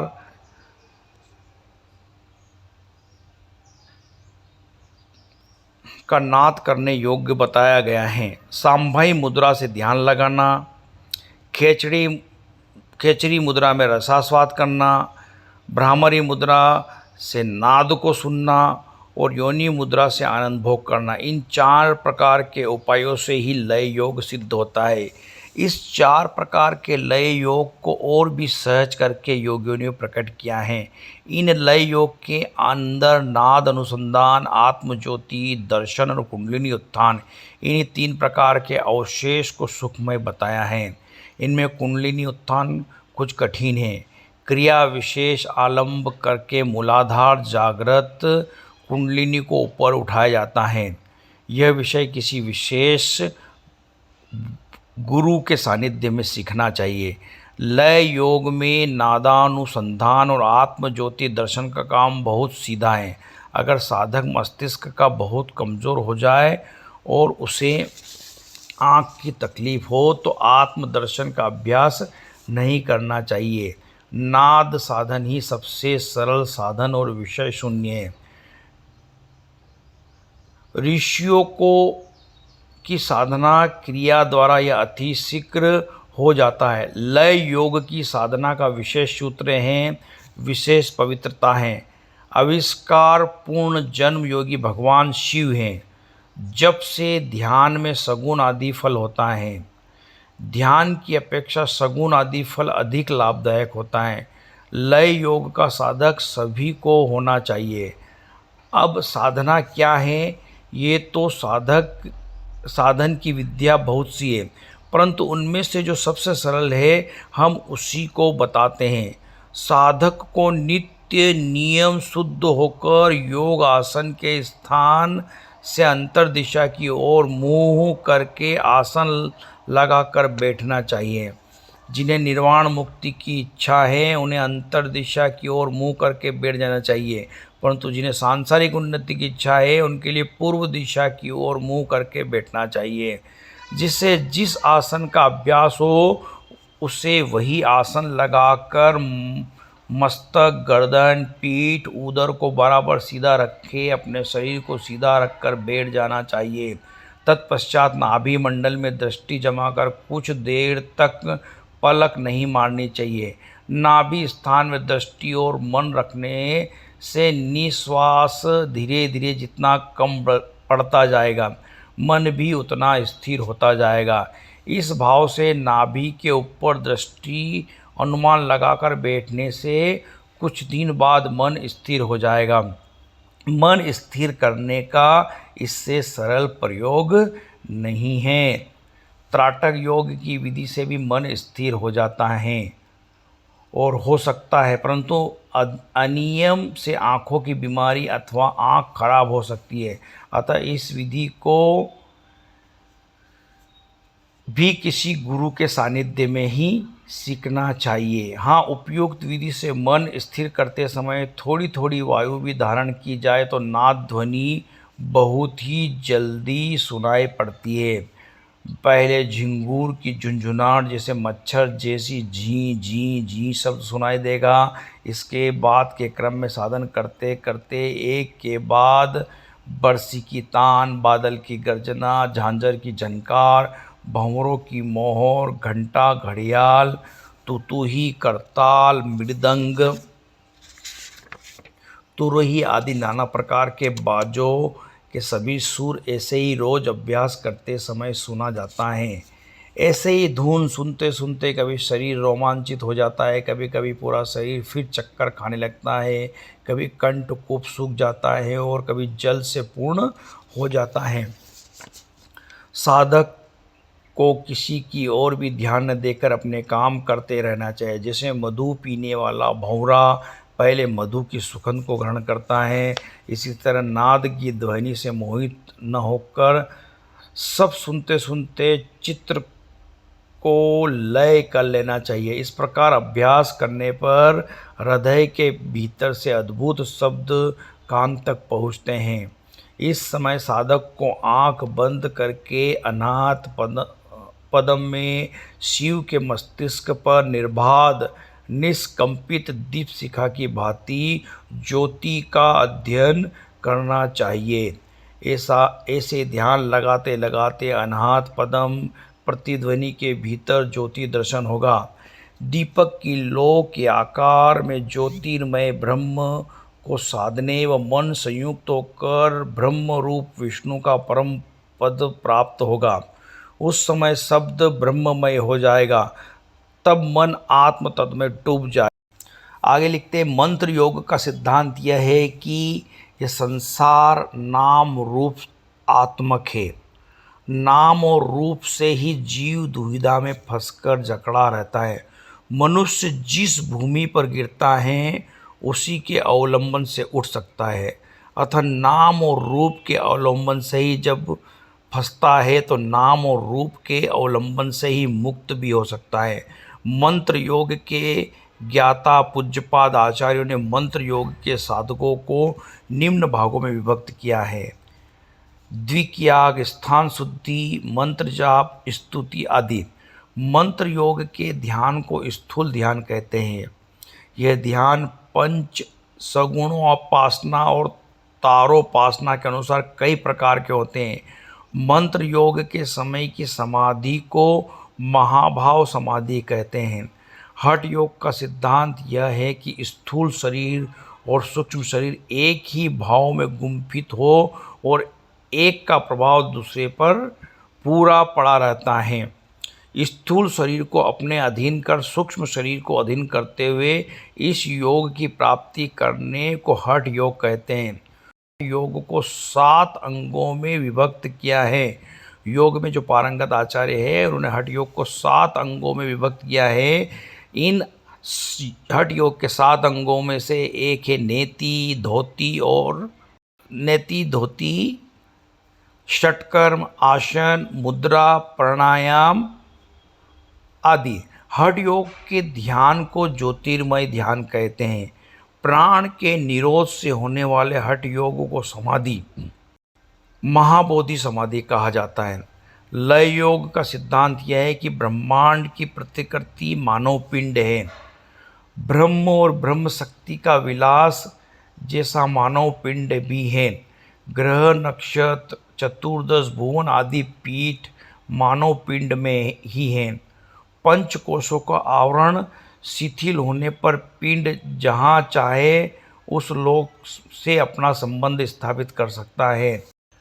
राजयोग अंतिम योग की चरम सीमा है। उसका सिद्धांत यह है कि मन, बुद्धि, चित्त और अहंकार में सम्मिलित अंतःकरण की जीव के बंधन के कारण और मुक्ति का भी कारण है। जैसे अशुद्ध मन जीव को नीचे गिराता है, शुद्ध मन ऊपर उठाता है। वैसे इंद्रिय प्राण बुद्धि जीव को बंधन में जकड़ती हैं और ब्रह्म प्राण बुद्धि जीव को मुक्ति दिलाती है। अतः शुद्ध बुद्धि की सहायता से तत्व ज्ञान लाभ करके अंत में राजयोगी जीव और ब्रह्म के अभेद का कारण समझ कर ज्ञान से अज्ञान का नाश करता हुआ जीव और ब्रह्म के अद्वैत सिद्धि के द्वारा मुक्त हो जाता है। राजयोग साधना के 16 अंगे। राजयोग के ध्यान को ब्रह्म ध्यान कहते हैं। राजयोग की समाधि को निर्विकल्प समाधि कहते हैं, जिसका फल जीवन मुक्ति है। इन 4 योग शैलियों के मूल में भागवत भक्ति युक्त अष्टांग योग साधन का मूल विद्यमान है। अष्टांग योग के 8 अंग ब्रह्म रूपी सर्वोच्च शोध शिखर छत पर चढ़ने के लिए 8 सोपान हैं या सीढ़ियाँ हैं। इनका अस्तित्व विज्ञान यही है कि बाहरी इंद्रियों पर आधिपत्य जमाने के साधन को जप कहते हैं। अति इंद्रियों पर आधिपत्य जमाने के साधन को नियम कहते हैं। स्थूल शरीर को योग के उपयोगी बनाने के साधन को आसन कहते हैं। शरीरस्थ प्राणों को योगी उपयोगी बनाने के साधनों को प्राणायाम कहते हैं। चारों साधन बहिरंग है। बहिर्मुखी मन को अंतर्मुखी करने के साधनों को प्रत्याहार कहते हैं। प्रत्याहार से ही अंतरंग साधना का प्रारंभ होता है। अंतर जगत में ले जाकर मन को एक स्थान में ठहरने के साधन को धारणा कहते हैं।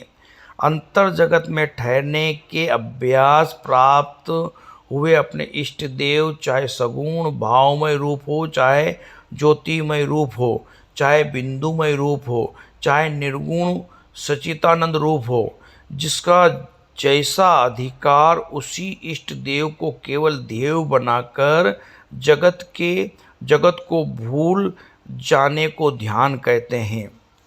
परमात्मा को अपने जीव भाव में मिला देने को समाधि कहते हैं। यह समाधि सविकल्प और निर्विकल्प 2 भागों में विभक्त है। निर्विकल्प समाधि ही सब साधनों का अंतिम उपलक्ष्य है। ये सब जीव हितकारी, सब संप्रदायों के अनुयायियों के लिए उपयोगी हैं। सर्वभूतों की उत्पत्ति होती है। प्रकृति से सत और फिर एक के बाद एक सब तत्वों की सृष्टि होती है। प्रकृति सृष्टि करती है, इसलिए इसको ईश्वर नाम का वस्तु कारण शरीर कहा गया है। सत का प्रकाश गुण, रज का शक्ति गुण और तमस का आवरण गुण है। ये कुल मिलाकर षष्ठी पर्याय बन जाती है। सत का प्रकाश गुण, रज का शक्ति गुण और तम का आवरण गुण, ये त्रिगुण से मिलकर षष्ठी पर्याय बन गए हैं। पर्याय भेद से माया अविद्या रूप में दुविधा समष्टि शरीर जो चैतन्य वृत्ति और माया है, इसी को हिंदू शास्त्रों ने ईश्वर और हिरण्यगर्भ नाम प्रदान किया है।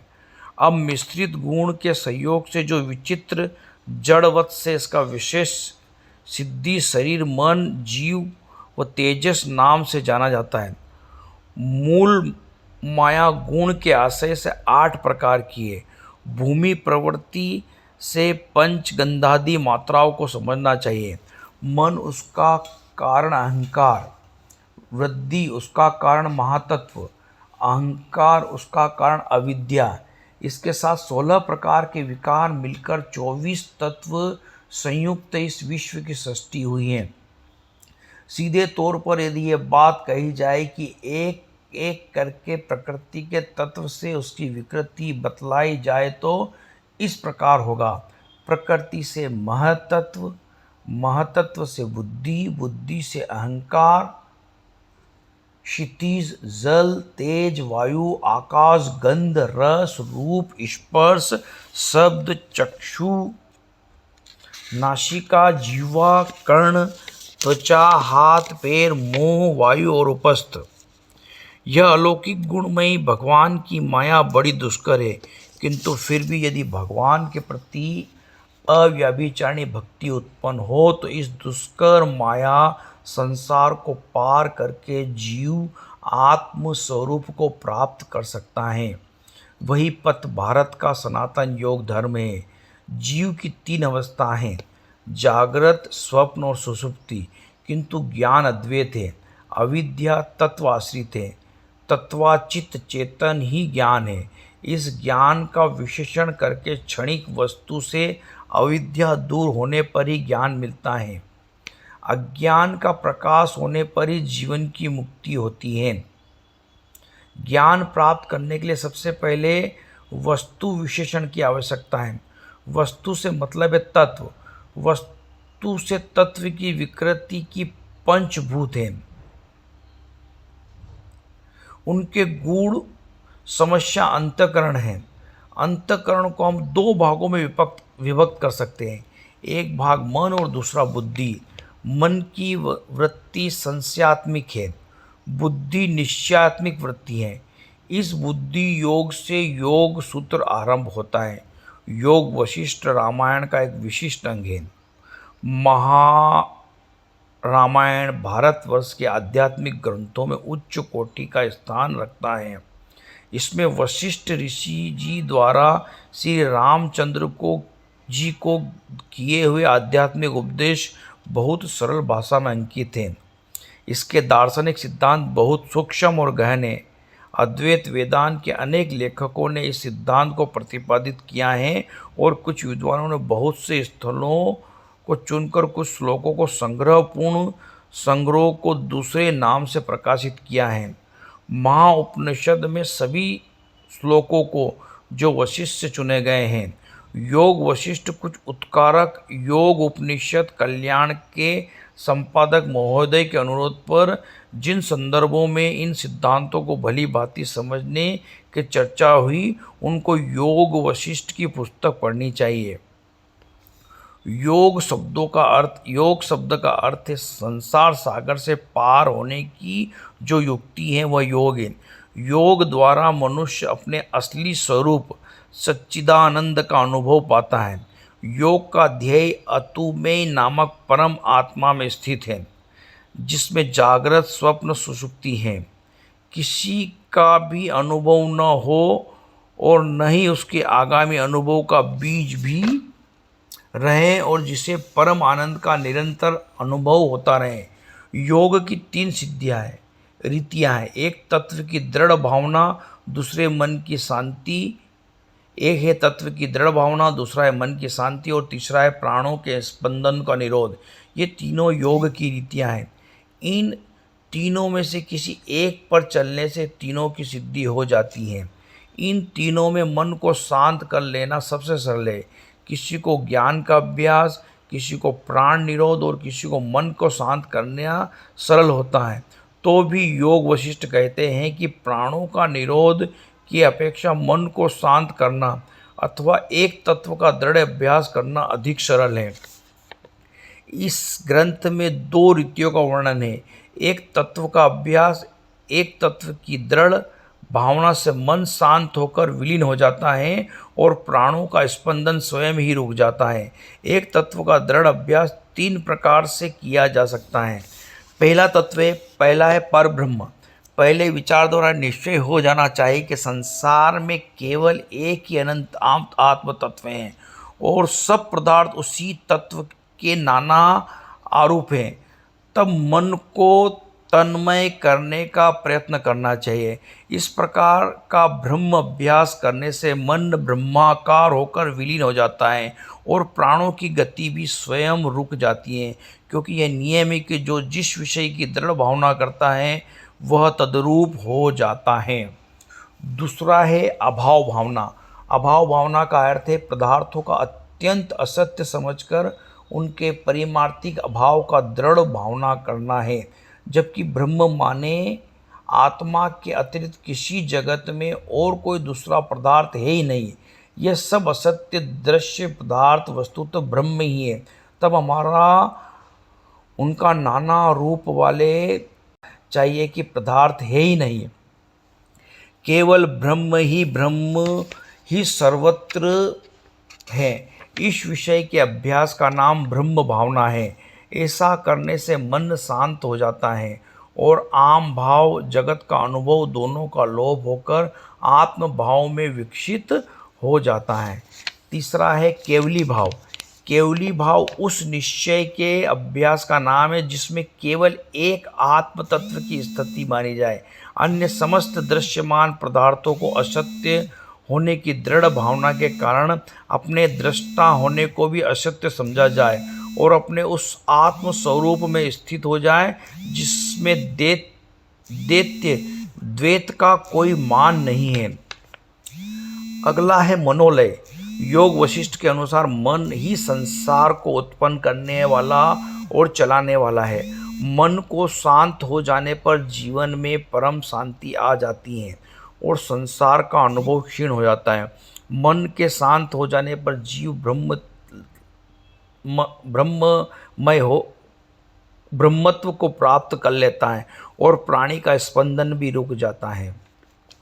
आगे प्राणों का अर्थ को बताते हुए लिखते हैं कि मन संसार की माया चक्र की नाभि है। मन संसार की माया चक्र की नाभि है। इस नाभि को बल और बुद्धि द्वारा घुमाने से रोक देने पर संसार चक्र की गति भी रुक जाती है। मन को जीत लेने पर सब कुछ जीत लिया जाता है। मन के नाश होने पर संसार इस प्रकार लय हो जाता है जैसे कि घन के नाश होने पर घटा का नाश हो जाता है। चित्र के लीन हो जाने पर द्वैत और अद्वैत दोनों की भावनाओं का लय होता है। पवन शांत का आत्म तत्व के अनुरूप हो जाता है। अगर संसार से मुक्त होना है तो मन को निग्रह करो।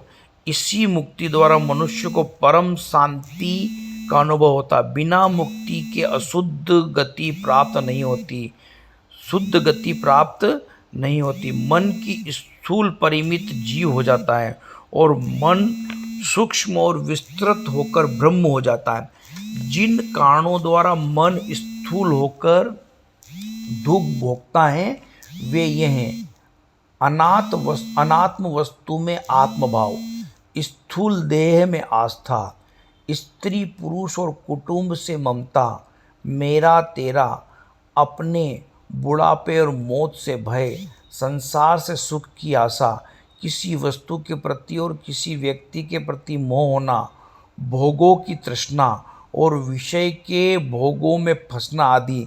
मन सुखी होकर जिन कारणों से ब्रह्म भाव को प्राप्त करता है वे ये हैं: नंबर 1, भोगों से सुख की कल्पना को छोड़कर सांसारिक वासनाओं को त्याग कर परम शुद्ध आत्म तत्व की ओर लगना, यह पहला उपाय है। दूसरा है मन की आस्था और आत्मा की सत्ता पर बार बार विचार करना। मन की आस्था और आत्मा की सत्ता पर बार बार विचार करना। तीसरा उपाय है संसार के पदार्थ के प्रति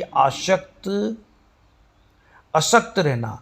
अशक्तता का दृढ़ निश्चय हो जाना, मतलब संसार के जो पदार्थ हैं उनमें आसक्ति नहीं रखना।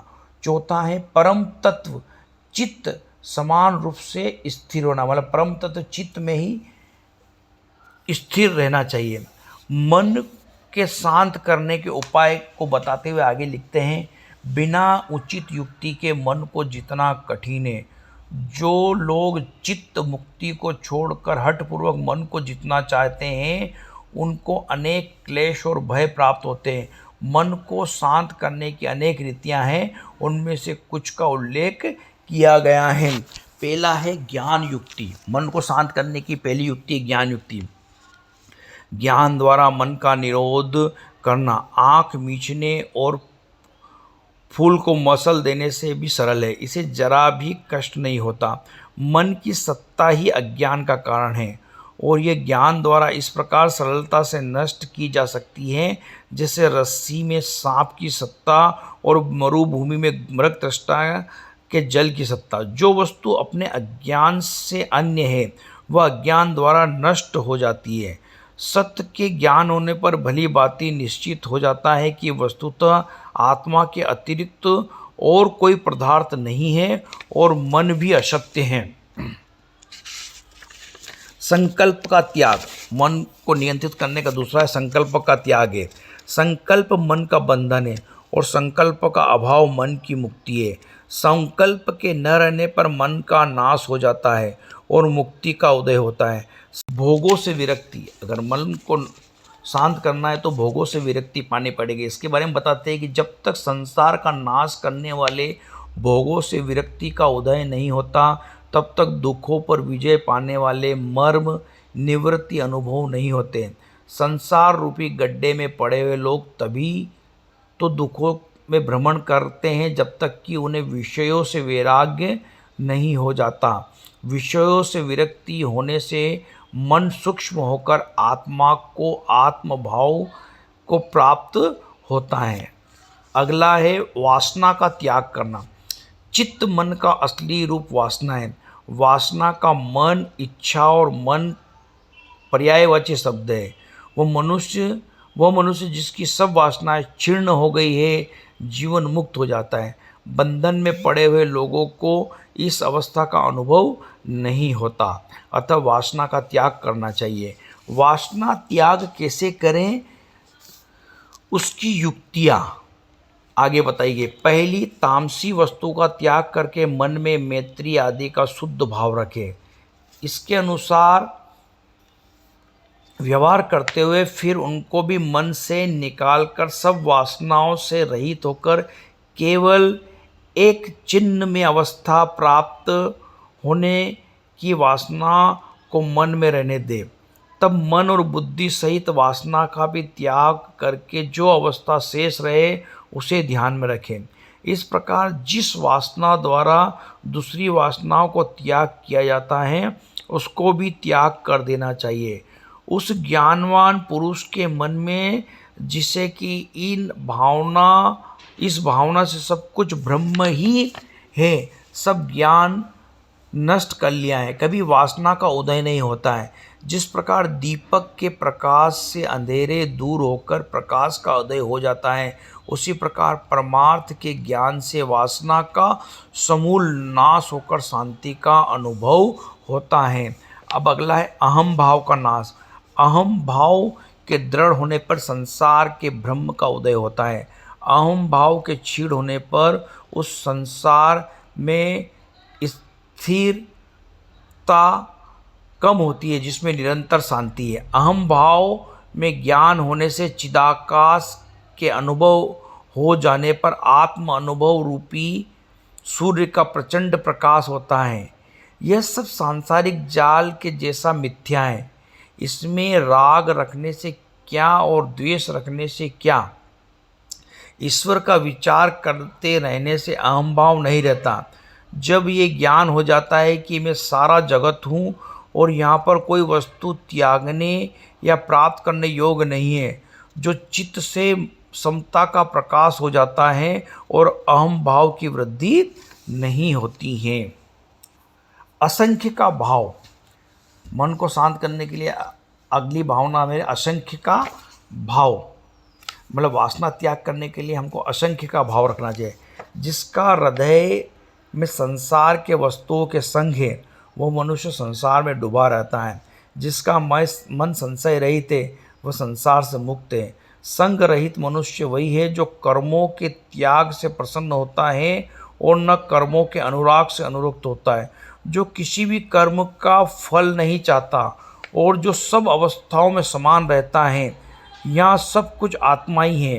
किसी वस्तु का त्याग करो और किसी को ग्रहण, इस भाव का नाम असंख्य है। जीवन मुक्ति की दशा होती है। जब स्पंदनात्मक कर्म क्षीण हो जाता है तो मन भी क्षीण हो जाता है। जैसे अग्नि और श्रद्धा की सदा एकता है, वैसे ही मन और कर्म की सदा एकता है। दोनों में से एक का नाश होने से दोनों का नाश हो जाता है। कर्म का बीज कारण आत्मा के अज्ञान के स्रोत हुआ संकल्प है। संकल्प करना ही बंधन का कारण है, इसलिए इसको त्याग देना चाहिए। संवेदन और असंवेदन दोनों को छोड़कर वासना रहित शांत होकर रहने का नाम कर्म त्याग है। अगला उपाय है सर्वस्व त्याग। जब तक सब कुछ नहीं त्यागा जाता, तब तक आत्म लाभ नहीं होता। सब अवस्थाओं के परित्याग करने पर जो अवशेष रहता है वही त्याग है। शुद्ध सर्व त्याग को सब दुखों को अंत करने वाली चिंता होनी चाहिए। शुद्ध बुद्धि से उसी का सामना करना चाहिए जो सब कुछ है, जिसमें सब कुछ है और जब जो सब का कारण है, उसी में सब त्याग कर देने से तब तब त्याग होता है। तीन काल में रहने वाला जग जाल जिसमें भीतर उस प्रकाश को देख लिया है, जैसे कि मोती के भीतर धागा, उसमें सब कुछ त्याग दिया जाता है। जिसमें बुद्धि द्वारा सब शंकाओं, सब इच्छाओं और सब निश्चयों को त्याग कर दिया हो, वही सर्वस्व त्याग आदि का अभ्यास है। यानी निर्विकल्प समाधि में स्थित हो जाए तो अच्छा है और निर्मल सुषुप्ति के समान आत्मपद की प्राप्ति हो जाती है। समाधि चुपचाप रहने का नाम नहीं है। सब आशाओं रूपी तीरों को वश में करने वाले तत्वज्ञान रूपी अग्नि का नाम समाधि है। समाधि उस प्रज्ञा का नाम है जिसमें चित्त स्थिर हो, नित्य तृप्ति हो और पदार्थों के असली रूप का ज्ञान हो जाए। अगला उपाय बताया विषयों के प्रति लय। विषयों के प्रति लय को समझाते हुए लिखते हैं कि देह, इंद्रिय, मन, बुद्धि और जिन जिन तत्वों से उत्पन्न होते हैं उनको जानकर उनमें इनको लय करने का यत्न करना चाहिए। इस रीति से पहले आप अपने आप को भी आत्मा में स्थिर कर, फिर अव्याकृत और फिर परम कारण में शरीर के पार्थिव भाग तत्व में विचार द्वारा लय करो। रक्तादि का जल में, जैसे रक्त का जल में, तेजस का अग्नि में, वायु भाग का वायु में और तमस भोग का आकाश में। इस प्रकार एक एक इंद्रिय के उसके कारण तत्व में लय करो। स्रोत को दिक् में, पक को वायु में, चक्षु को सूर्य में, जिह्वा को जल में, घ्राण को पृथ्वी में, पैरों को विश्व में, वाग को वायु में, केश को कच्छप में, मन को चंद्रमा में, बुद्धि को ब्रह्म में। इसी प्रकार समस्त देह को उसके कारण तत्व में लय करके अपने आप को विराट समझो। अब पृथ्वी तत्व को जल में, जल को अग्नि में, अग्नि को वायु में, वायु को आकाश में, आकाश को महाआकाश में, जो कि सबका उत्पत्ति कारण है, लय करो। वहाँ पर यह है जो भी लिंग शरीर द्वारा स्थिर होकर ब्रह्मांड के बाहर दृष्टि लगाकर अनुभव करे कि मैं आत्मा हूँ। इन तीनों अवस्थाओं स्थूल सूक्ष्म कारण के परे भी एक अव्यक्त चतुर्थ पद हैं। उसकी प्राप्ति के लिए उसका ध्यान करके कारण शरीर का उसमें लय होना चाहिए। अब प्राण निरोध के उपाय बताते हुए आगे लिखते हैं, प्राण क्या है, प्राणों की प्रगति किस प्रकार होती है और प्राणायाम कैसे किया जाता है, इन विषयों की चर्चा विस्तार से की गई है। यहाँ पर स्थल बाह्य में केवल वायु का कण मात्र, जिससे कि योग वशिष्ठ के प्राणों का स्पंदन रुक जाता है, वे हैं वैराग्य, परम कारण का ध्यान, व्यसन क्षय निरोध की विशेष युक्ति, परमार्थ ज्ञान, शास्त्र साधनों का समवैराग्य और अभ्यास, सांसारिक प्रवृत्तियों से मन को हटाना, इच्छित वस्तु का ध्यान, एक तत्व का अभ्यास, दुख को हरने वाली पूरक कुंभक रेचक प्राणायाम का गहरा अभ्यास, एकांत में जाकर करना, ओंकार उच्चारण करते करते सप्त प्रतीत भावना, समबुद्धि को सुसुप्ति में लाना, रेचक के अभाव से प्राणों के आकाश को विकसित करना, पूरक के अभ्यास से मेरु के समान स्थिर हो जाना, कुंभक के अभ्यास से प्राण का लय करना, तालु मूल पर स्थित घंटी को जीवा से यत्न पूर्वक करके ऊर्ध्व प्राण में ले जाना। सम्मित को शून्य आकाश में जहाँ पर कुछ कला नहीं है वहाँ जाकर रुकना। नासाग्र से 12 अंगुल पर बाहर शुद्ध आकाश में संवेदों में लीन करना। भ्रुवों के मध्य में दृष्टि लीन करके शुभ चेतन में स्थिर होना। ऊर्ध्वरंध्र के प्राण ले जाकर तालु से बाहर और ऊपर ले जाकर प्राणों को शांत करना, जिससे ज्ञान का उदय हो जाए। ठीक उसी दृढ़ भाव में निश्चित होना और किसी भी विकल्प से विचलित न होना। चिरकाल तक जिन पदार्थों की वासना रही हो उसकी शून्य भावना से मन को वासना रहित करके क्षीण करना और शुद्ध सम्मित में ध्यान करना। इसके अतिरिक्त प्राण निरोध की और भी अनेक युक्तियां हैं जो नाना देशों में प्रचलित हैं, अनेक गुरुओं द्वारा बताई गई हैं। इस प्रकार प्राण निरोध के अभ्यास से प्राण का लय होने से मन की क्रिया साध्य हो जाती है और निर्वाध पदी शेष हो जाता है। बाल विद्या के अतिरिक्त योग वशिष्ठ में कुंडलिनी विद्या का विस्तार पूर्वक वर्णन है। कुंडलिनी के ज्ञान होने पर ही कुंडलिनी शक्ति का इजाद करके उसके द्वारा योगी अनेक प्रकार की सिद्धियां प्राप्त करते हैं। अब आगे योग की 7 भूमिका क्या है उनको समझाते हुए लिखते हैं कि संसार के अनुभव से मुक्ति और परमानंद का अनुभव प्राप्त करने के योग्य नाम के महर्षि योग वशिष्ठ के अनुसार योग की 7 भूमिका हैं।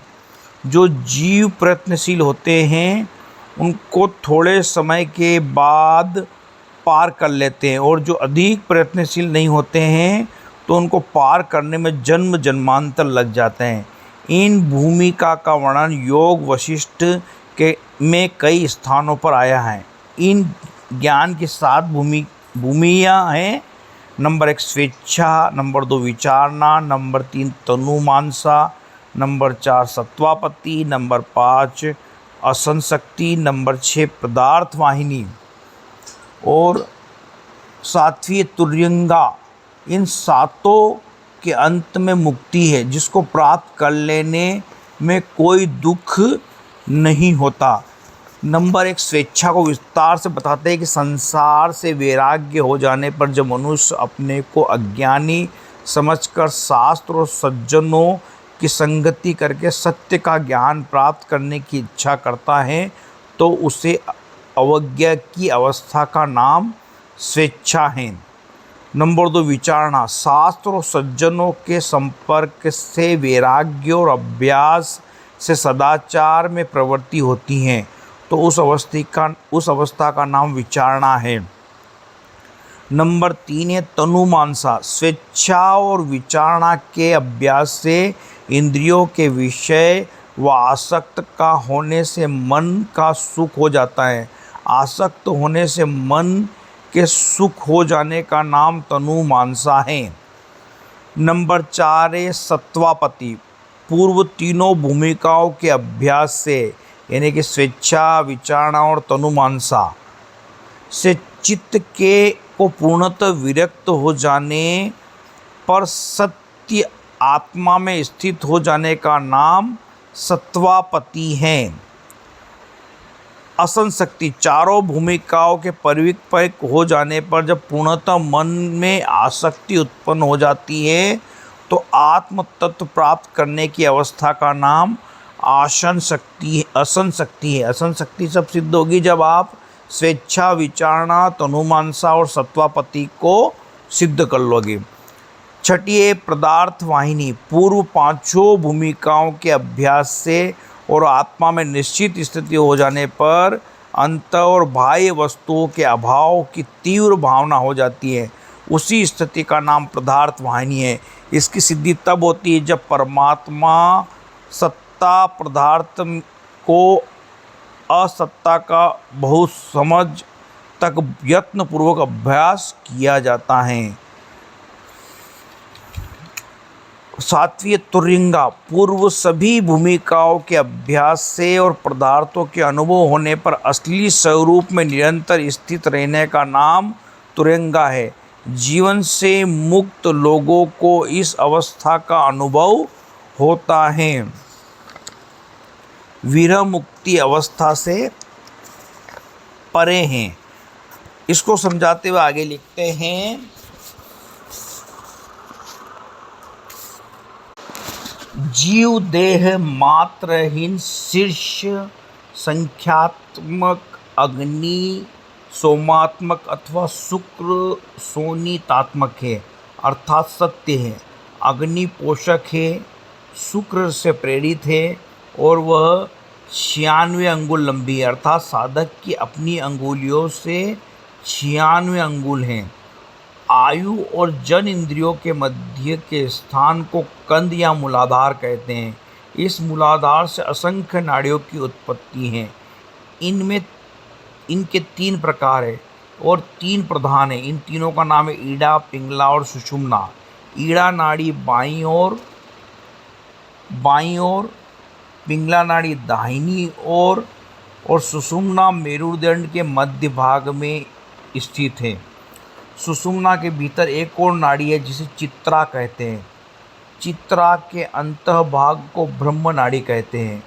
मूलाधार में जो एक अत्यंत सुंदर ज्योतिर्मय त्रिकोण है, वहीं पर कुंडलिनी अर्थात जीव शक्ति 3.5 चक्कर के रूप में सोई हुई सर्पणी की तरह रहती हैं। मूलाधार के ऊपर में लिंग मूल में जो चक्र है उसका नाम स्वाधिष्ठान चक्र है। उसके ऊपर नाभि के मूल देह में सुषुम्ना नाड़ी से संबंधित जो चक्र हैं उसे मणिपूरक चक्र कहते हैं। हृदय स्थान में जो एक चक्र है उसको अनाहत चक्र कहते हैं। कंठ देश में जो चक्र है उसका नाम विशुद्धि चक्र है और भ्रू मध्य में जो चक्र हैं उसे आज्ञा चक्र कहते हैं। इसी स्थान पर गुरु की आज्ञा का संचार होता है, इसी से इसका नाम आज्ञा चक्र है। साधक कुंडलिनी शक्ति को इस समस्त चक्रों के भेद करता मूलाधार से 10 चक्र के ऊपर शिव स्थान में ले जाता है और शिव शक्ति साम्य रस रूप अतुल्य आनंद का भोग करता है। श्वास चक्र निरूपण त्रिपुरा सार समुच्च गंधर्व तंत्र पवित्री ग्रंथ में इसका विस्तृत वर्णन किया गया है। महाकालोक्त पादुका पंचम स्तोत्र में 12 दल पद्म विशेष गुण हैं। योग साधना का उद्देश्य यही है, गुरु मंत्र, यंत्र, देवता और साधक की एकता की उपलब्धि और क्रमशः आदर भाव की प्राप्ति। उस अवस्था की प्राप्ति होने पर सिद्ध योगी परमानंद नित्य चैतन्य के गुणात्मक आत्मा भेद में स्थित प्रौढ़ के प्रणय में चिंतन मग्न होता है।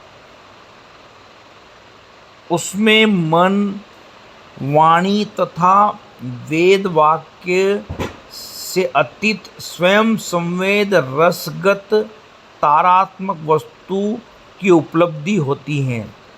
प्राण के बारे में लिखते हैं, मैंने प्राण को देखा है, मैंने प्राण को साक्षात्कार किया है। यह प्राण सब इंद्रियों का रक्षक है, यह कभी नहीं नष्ट होने वाला है। यह भिन्न भिन्न मार्ग अर्थात नाड़ियों के द्वारा आता है और जाता है।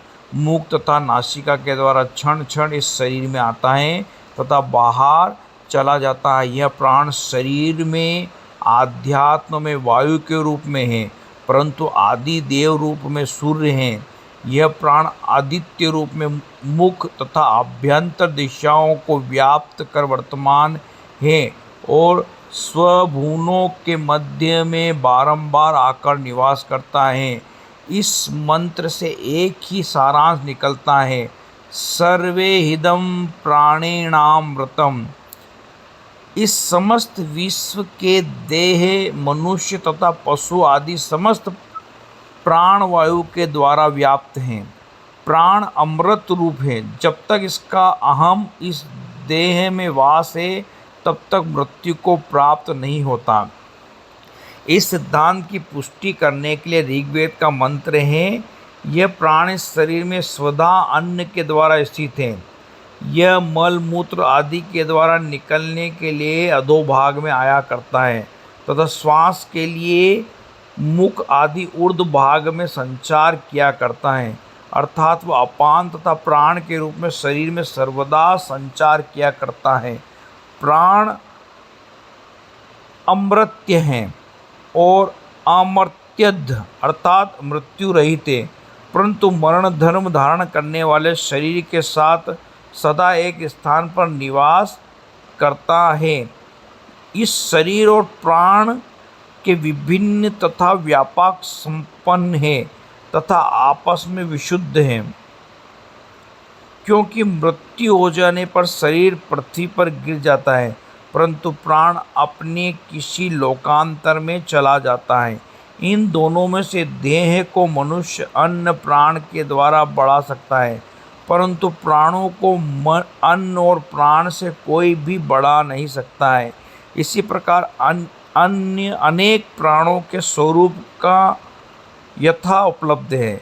इन सब के लिए न उचित अवसर है न स्थान है। सब इंद्रियों में कौन श्रेष्ठ है, इसका उत्तर उपनिषदों में अतिहृदय ग्राहणी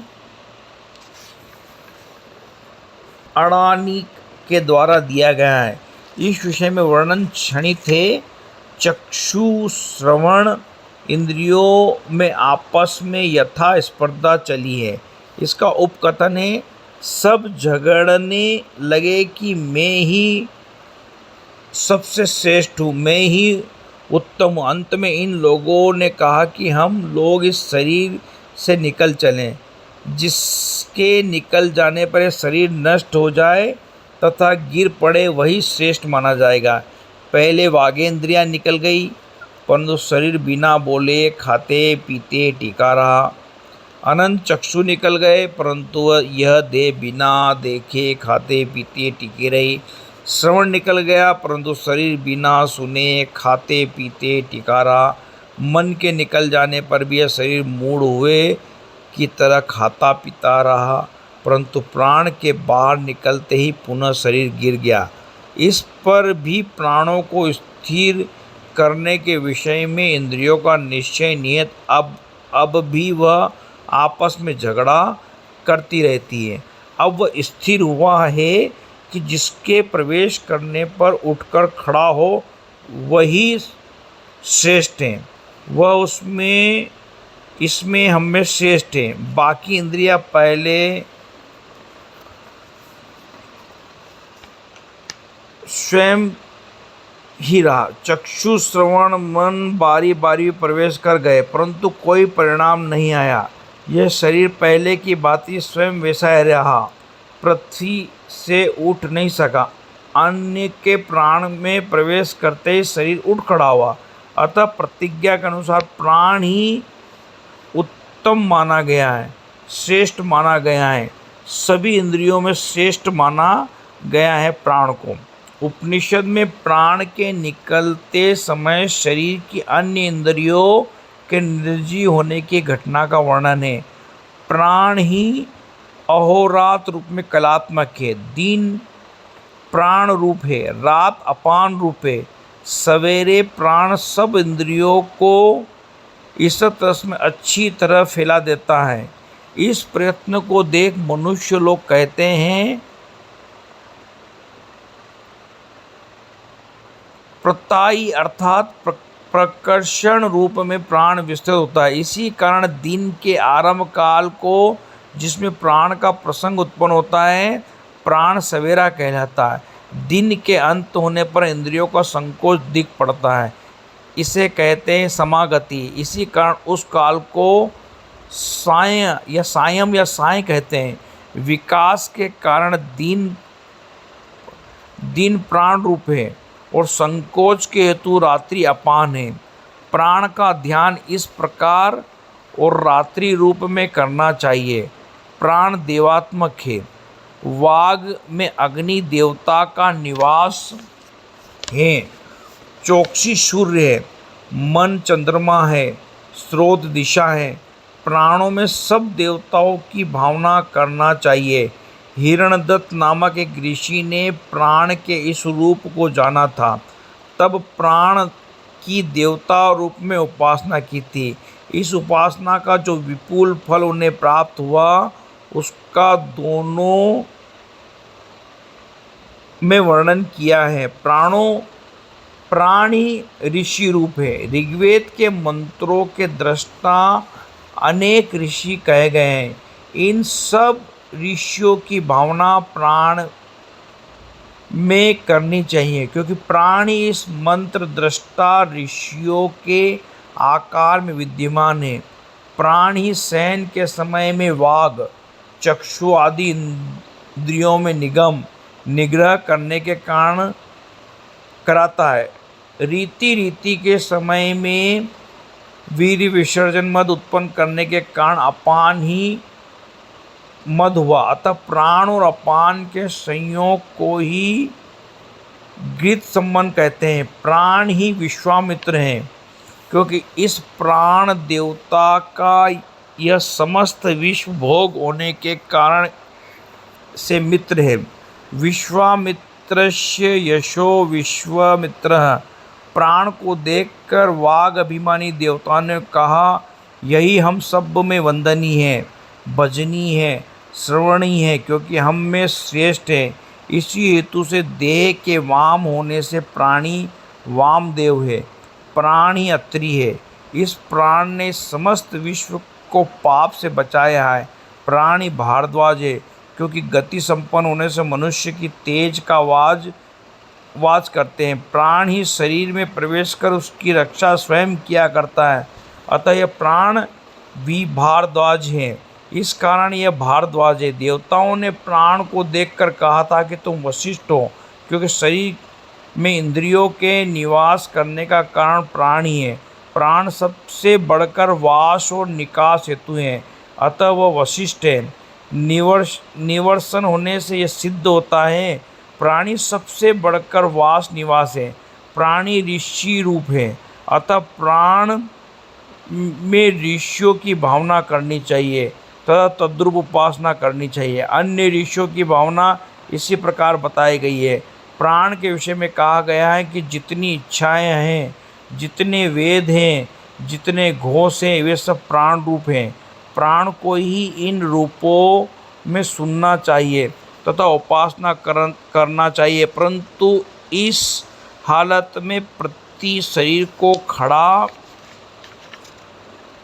करा देने की योग्यता का उल्लेख प्राण के विषय में किया गया है। प्राण की श्रेष्ठता एक उत्क्रमण ही नहीं बल्कि प्रवेश से भी सिद्ध हो गई है। इस अवतरण के अध्ययन से ही पता चलता है कि यह विषय ऋग्वेद की संहिता में उपनिर्दिष्ट किया गया है। इंद्रियों के त्वम अस्माकं त्वम तव अस्मसि, अर्थात तुम हमारे सामने हो और हम तुम्हारे सामने नित्य है, यह कहकर प्राण की श्रेष्ठता प्रतीत है। प्राण की सब इंद्रियों में बहुत श्रेष्ठता प्रतिपादित करने का अंतर उसकी उपासना करने का अनेक प्रकार से उल्लेख किया गया है। इन प्राणों को अनेक गुणों का विशद विवरण किया गया है। अनंतर उसमें भिन्न देवता तथा ऋषियों की दृष्टि का प्रभावी ढंग से उल्लेख किया गया है। इसलिए हमारे श्वासों में पिंड तथा ब्रह्मांड में एकता का सर्वस्व जोड़ दिया गया है। बाहर जो विशाल ब्रह्मांड अनाम अकारणों से हमारे सामने उपस्थित है, उसका एक छोटा सा प्रतिनिधि यह हमारा लघु शरीर है। अतः भीतर तथा बाहर सब जगह भिन्न भिन्न एक ही आकार है। तत्व इस मानव शरीर तथा विश्व रूप में संभावतः व्याप्त हो रहा है। बाह्य जगत में जो विश्व का पोषण अदिति है, शरीर में सब इंद्रियों की स्थिति के कारण यही प्राण है। प्राण का तथा अदिति की एकता सर्वथा प्रतिपादित हो गई है। अतः जिस प्रकार आदित्य यानी कि सूर्य हमारी उपासना का विषय है, इसी प्रकार इस शरीर में प्राण भी हमारी उपासना का विषय है। हमारे सतत देह होने के कारण यह है कि हम इस प्राण की उपासना सदा करें। प्राण इस विश्व का धारक है। प्राण की ही शक्ति से जैसे ये आकाश अपने स्थान पर स्थित है, उसी तरह सबसे बड़े प्राणी से लेकर चींटी तक समस्त जीव इस प्राण के द्वारा ही जीवित हैं। यदि प्राण न होता तो इस विश्व में जो यह महान संस्थान हमारे नेत्रों के सामने सतत आश्चर्य पैदा किया करते हैं, वह कभी भी नहीं रहता। प्राण सर्वत्र व्याप्त है, सर्वहृदयम प्राणेन वृतम। प्राण से यह सारा जगत आवृत है, विश्व का धारक है, अर्थात यह उसका रक्षक है। इस प्राण को गाया कहा गया है। प्राणी आयु का कारण है। जब तक इस शरीर में प्राण रहता है तभी तक आयु है। अतः श्रुति मंत्र प्राण के गोपा शब्द का प्राण के द्वारा अंतरिक्ष तथा वायु की दृष्टि हुई है। प्राण पिता है तथा अंतरिक्ष और वायु उसकी संतान है। जिस प्रकार कृतज्ञ पुत्र अपनी सत्कर्मों में से अपने पिता की सेवा किया करता है, उसी प्रकार अंतरिक्ष तथा वायु रूप पुत्र ही प्राण की सेवा में लगे रहते हैं और अंतरिक्ष का अनुसरण करते हुए प्राणी मात्र अखंड से होता है और अंतरिक्ष की सहायता से ये आदमी दूर स्थान से कहे गए शब्दों को सुन सकता है। इस प्रकार अंतरिक्ष प्राण की परिचर्या करता है। वायु भी स्वर गंधित ले जाकर प्राण को तृप्त कर देता है। इसी प्रकार अपने पिता के प्राण के सेवन से सेवा किया करता है। ऐसे में प्राण के तथा पिता होने के बाद इस प्रकार कहिए कि प्राण से अंतरिक्ष और वायु की सृष्टि हुई है। अंतरिक्ष का अनुसरण करके प्राण चलते हैं और अंतरिक्ष का अनुसरण करके सुनते हैं। वायु उसके पास पूर्ण कर्म ले जाता है और इस प्रकार अंतरिक्ष से वायु अपने पिता प्राण का संचय करता है। ध्यान करने के लिए प्राण के विभिन्न गुणों का उल्लेख विस्तृत रूप से किया गया है। तद्रूपा में लिखते हैं कि तद्रूपा से प्राण का ध्यान करना चाहिए। उन रूपों से उपासना करने पर तद्रूपा ही उपासक को प्राप्त होती है। उस ध्यान का 3 प्रकार यहाँ उल्लेख किया गया है। जो योग है वह भारत की अमूल्य निधि है, ये संपत्ति है। इसकी देन सारे दर्शन शास्त्र हैं। महर्षियों की योग विद्या का ही संस्कार है कि जो कुछ वेद शास्त्र पहचान मात्र है, स्मृति पुराण अन्य चिकित्सा प्रक्रिया ज्योतिषशास्त्र समस्त विद्याएं योगाभ्यास जन ऋतंबरा प्रज्ञा का मधुर व मनोहर फल है। आज विश्व के समस्त साहित्य में योग का मुक्त कंठ से गुणगान किया जाता है। एकाग्रता, जो कि 3 शब्द एक ही अर्थ में प्रतिपादक है, विचार करने से सिद्ध होता है कि संसार का कोई भी ऐसा कार्य व्यवहारिक परमार्थिक नहीं है जो बिना चित्त की एकाग्रता से निष्फल हो सकता है। आजकल के जो नए नए आविष्कार वैज्ञानिकों ने किए हैं वह भी योग का ही फल है। प्रत्येक प्राणी की अपनी एकाग्रता है जिसके शरण में उसे अवश्य आना होगा, अन्यथा वह अपने लौकिक परलौकिक किसी भी अभिष्ट को सीमित प्राप्त नहीं कर सकेगा। इसके अतिरिक्त सभी धर्मों के योगी हैं। पुरुष के प्रत्येक अभिष्ट की सिद्धि के लिए पुत्र वत्सल सूती जन्नी धर्मानुष्ठान की आज्ञा कर रही है। धर्म का अनुष्ठान करो। यह अनुष्ठित धर्म 3 अंगों में विभक्त होता है, यज्ञ जप और दान। इसमें भी मुख्य स्थान यज्ञ का है। अतएव यज्ञ दान और तप ही बुद्धिमान मनुष्यों को पावन करने वाले हैं। इस यज्ञ को प्रथम स्थान मिला है। यह यज्ञ 3 प्रकार का होता है, कर्म यज्ञ, उपासना यज्ञ और ज्ञान यज्ञ। उक्त त्रिविध यज्ञ की निष्पत्ति योग पर अवलंबित है। तीनों यज्ञ योग पर आश्रित है। कर्म यज्ञ में अनंत क्रियाओं का पूर्व भाग के प्रभाव से अनुष्ठान तत्व वेद मंत्रों द्वारा अनुष्ठेय कर्तव्य का स्मरण संपूर्ण अंगों का संकलन आवश्यक है। यदि पश्चात अनुष्य क्रिया का प्रथम और प्रथम अनुष्य क्रिया का पश्चात अनुष्ठान ही अनुष्य कर्तव्य स्मरक वेद मात्र के उच्चारण में शब्द वर्ण और स्वर की मूल भावनाएं स्वर की भूल हो जाए या कोई अंग छूट जाए तो ये यज्ञ अपूर्ण होगा, वर्ण प्रत्यय का कारण होगा, नुकसान का कारण होगा। अतः कर्म यज्ञ की निष्पत्ति के लिए ऋतु योग को सर्वदा सावधान रहना पड़ता है। चतुर्वेग पारक ब्रह्म नामक ऋतु को इसलिए नियुक्त किया जाता है कि वह एकाग्र मन रहकर कर्मानुव्यग्र रीतियों का मानव स्वभाव में भूलों के समय समय पर सुधारता रहता है। उपासना यज्ञ की तो बात ही क्या करनी, क्योंकि प्रेम या भक्ति को उपासना जीवन योग का हरि शरीर माना गया है, हरि का शरीर माना गया है। जिस प्रकार शरीर के बिना शरीर की आत्मा को योग भोग सिद्ध नहीं हो सकता, ठीक उसी प्रकार उपासना का कोई भी अंग योग की सहायता के बिना निष्फल नहीं हो सकता। सर्वव्यापक जीव हृदय विहारी परमात्मा विविध वृत्ति तरंगों से अंतःकरण जलाशय के चंचल होने के कारण मनुष्य के हृदय में छिप जाते हैं। यही उनका मनुष्य से दूर होना है।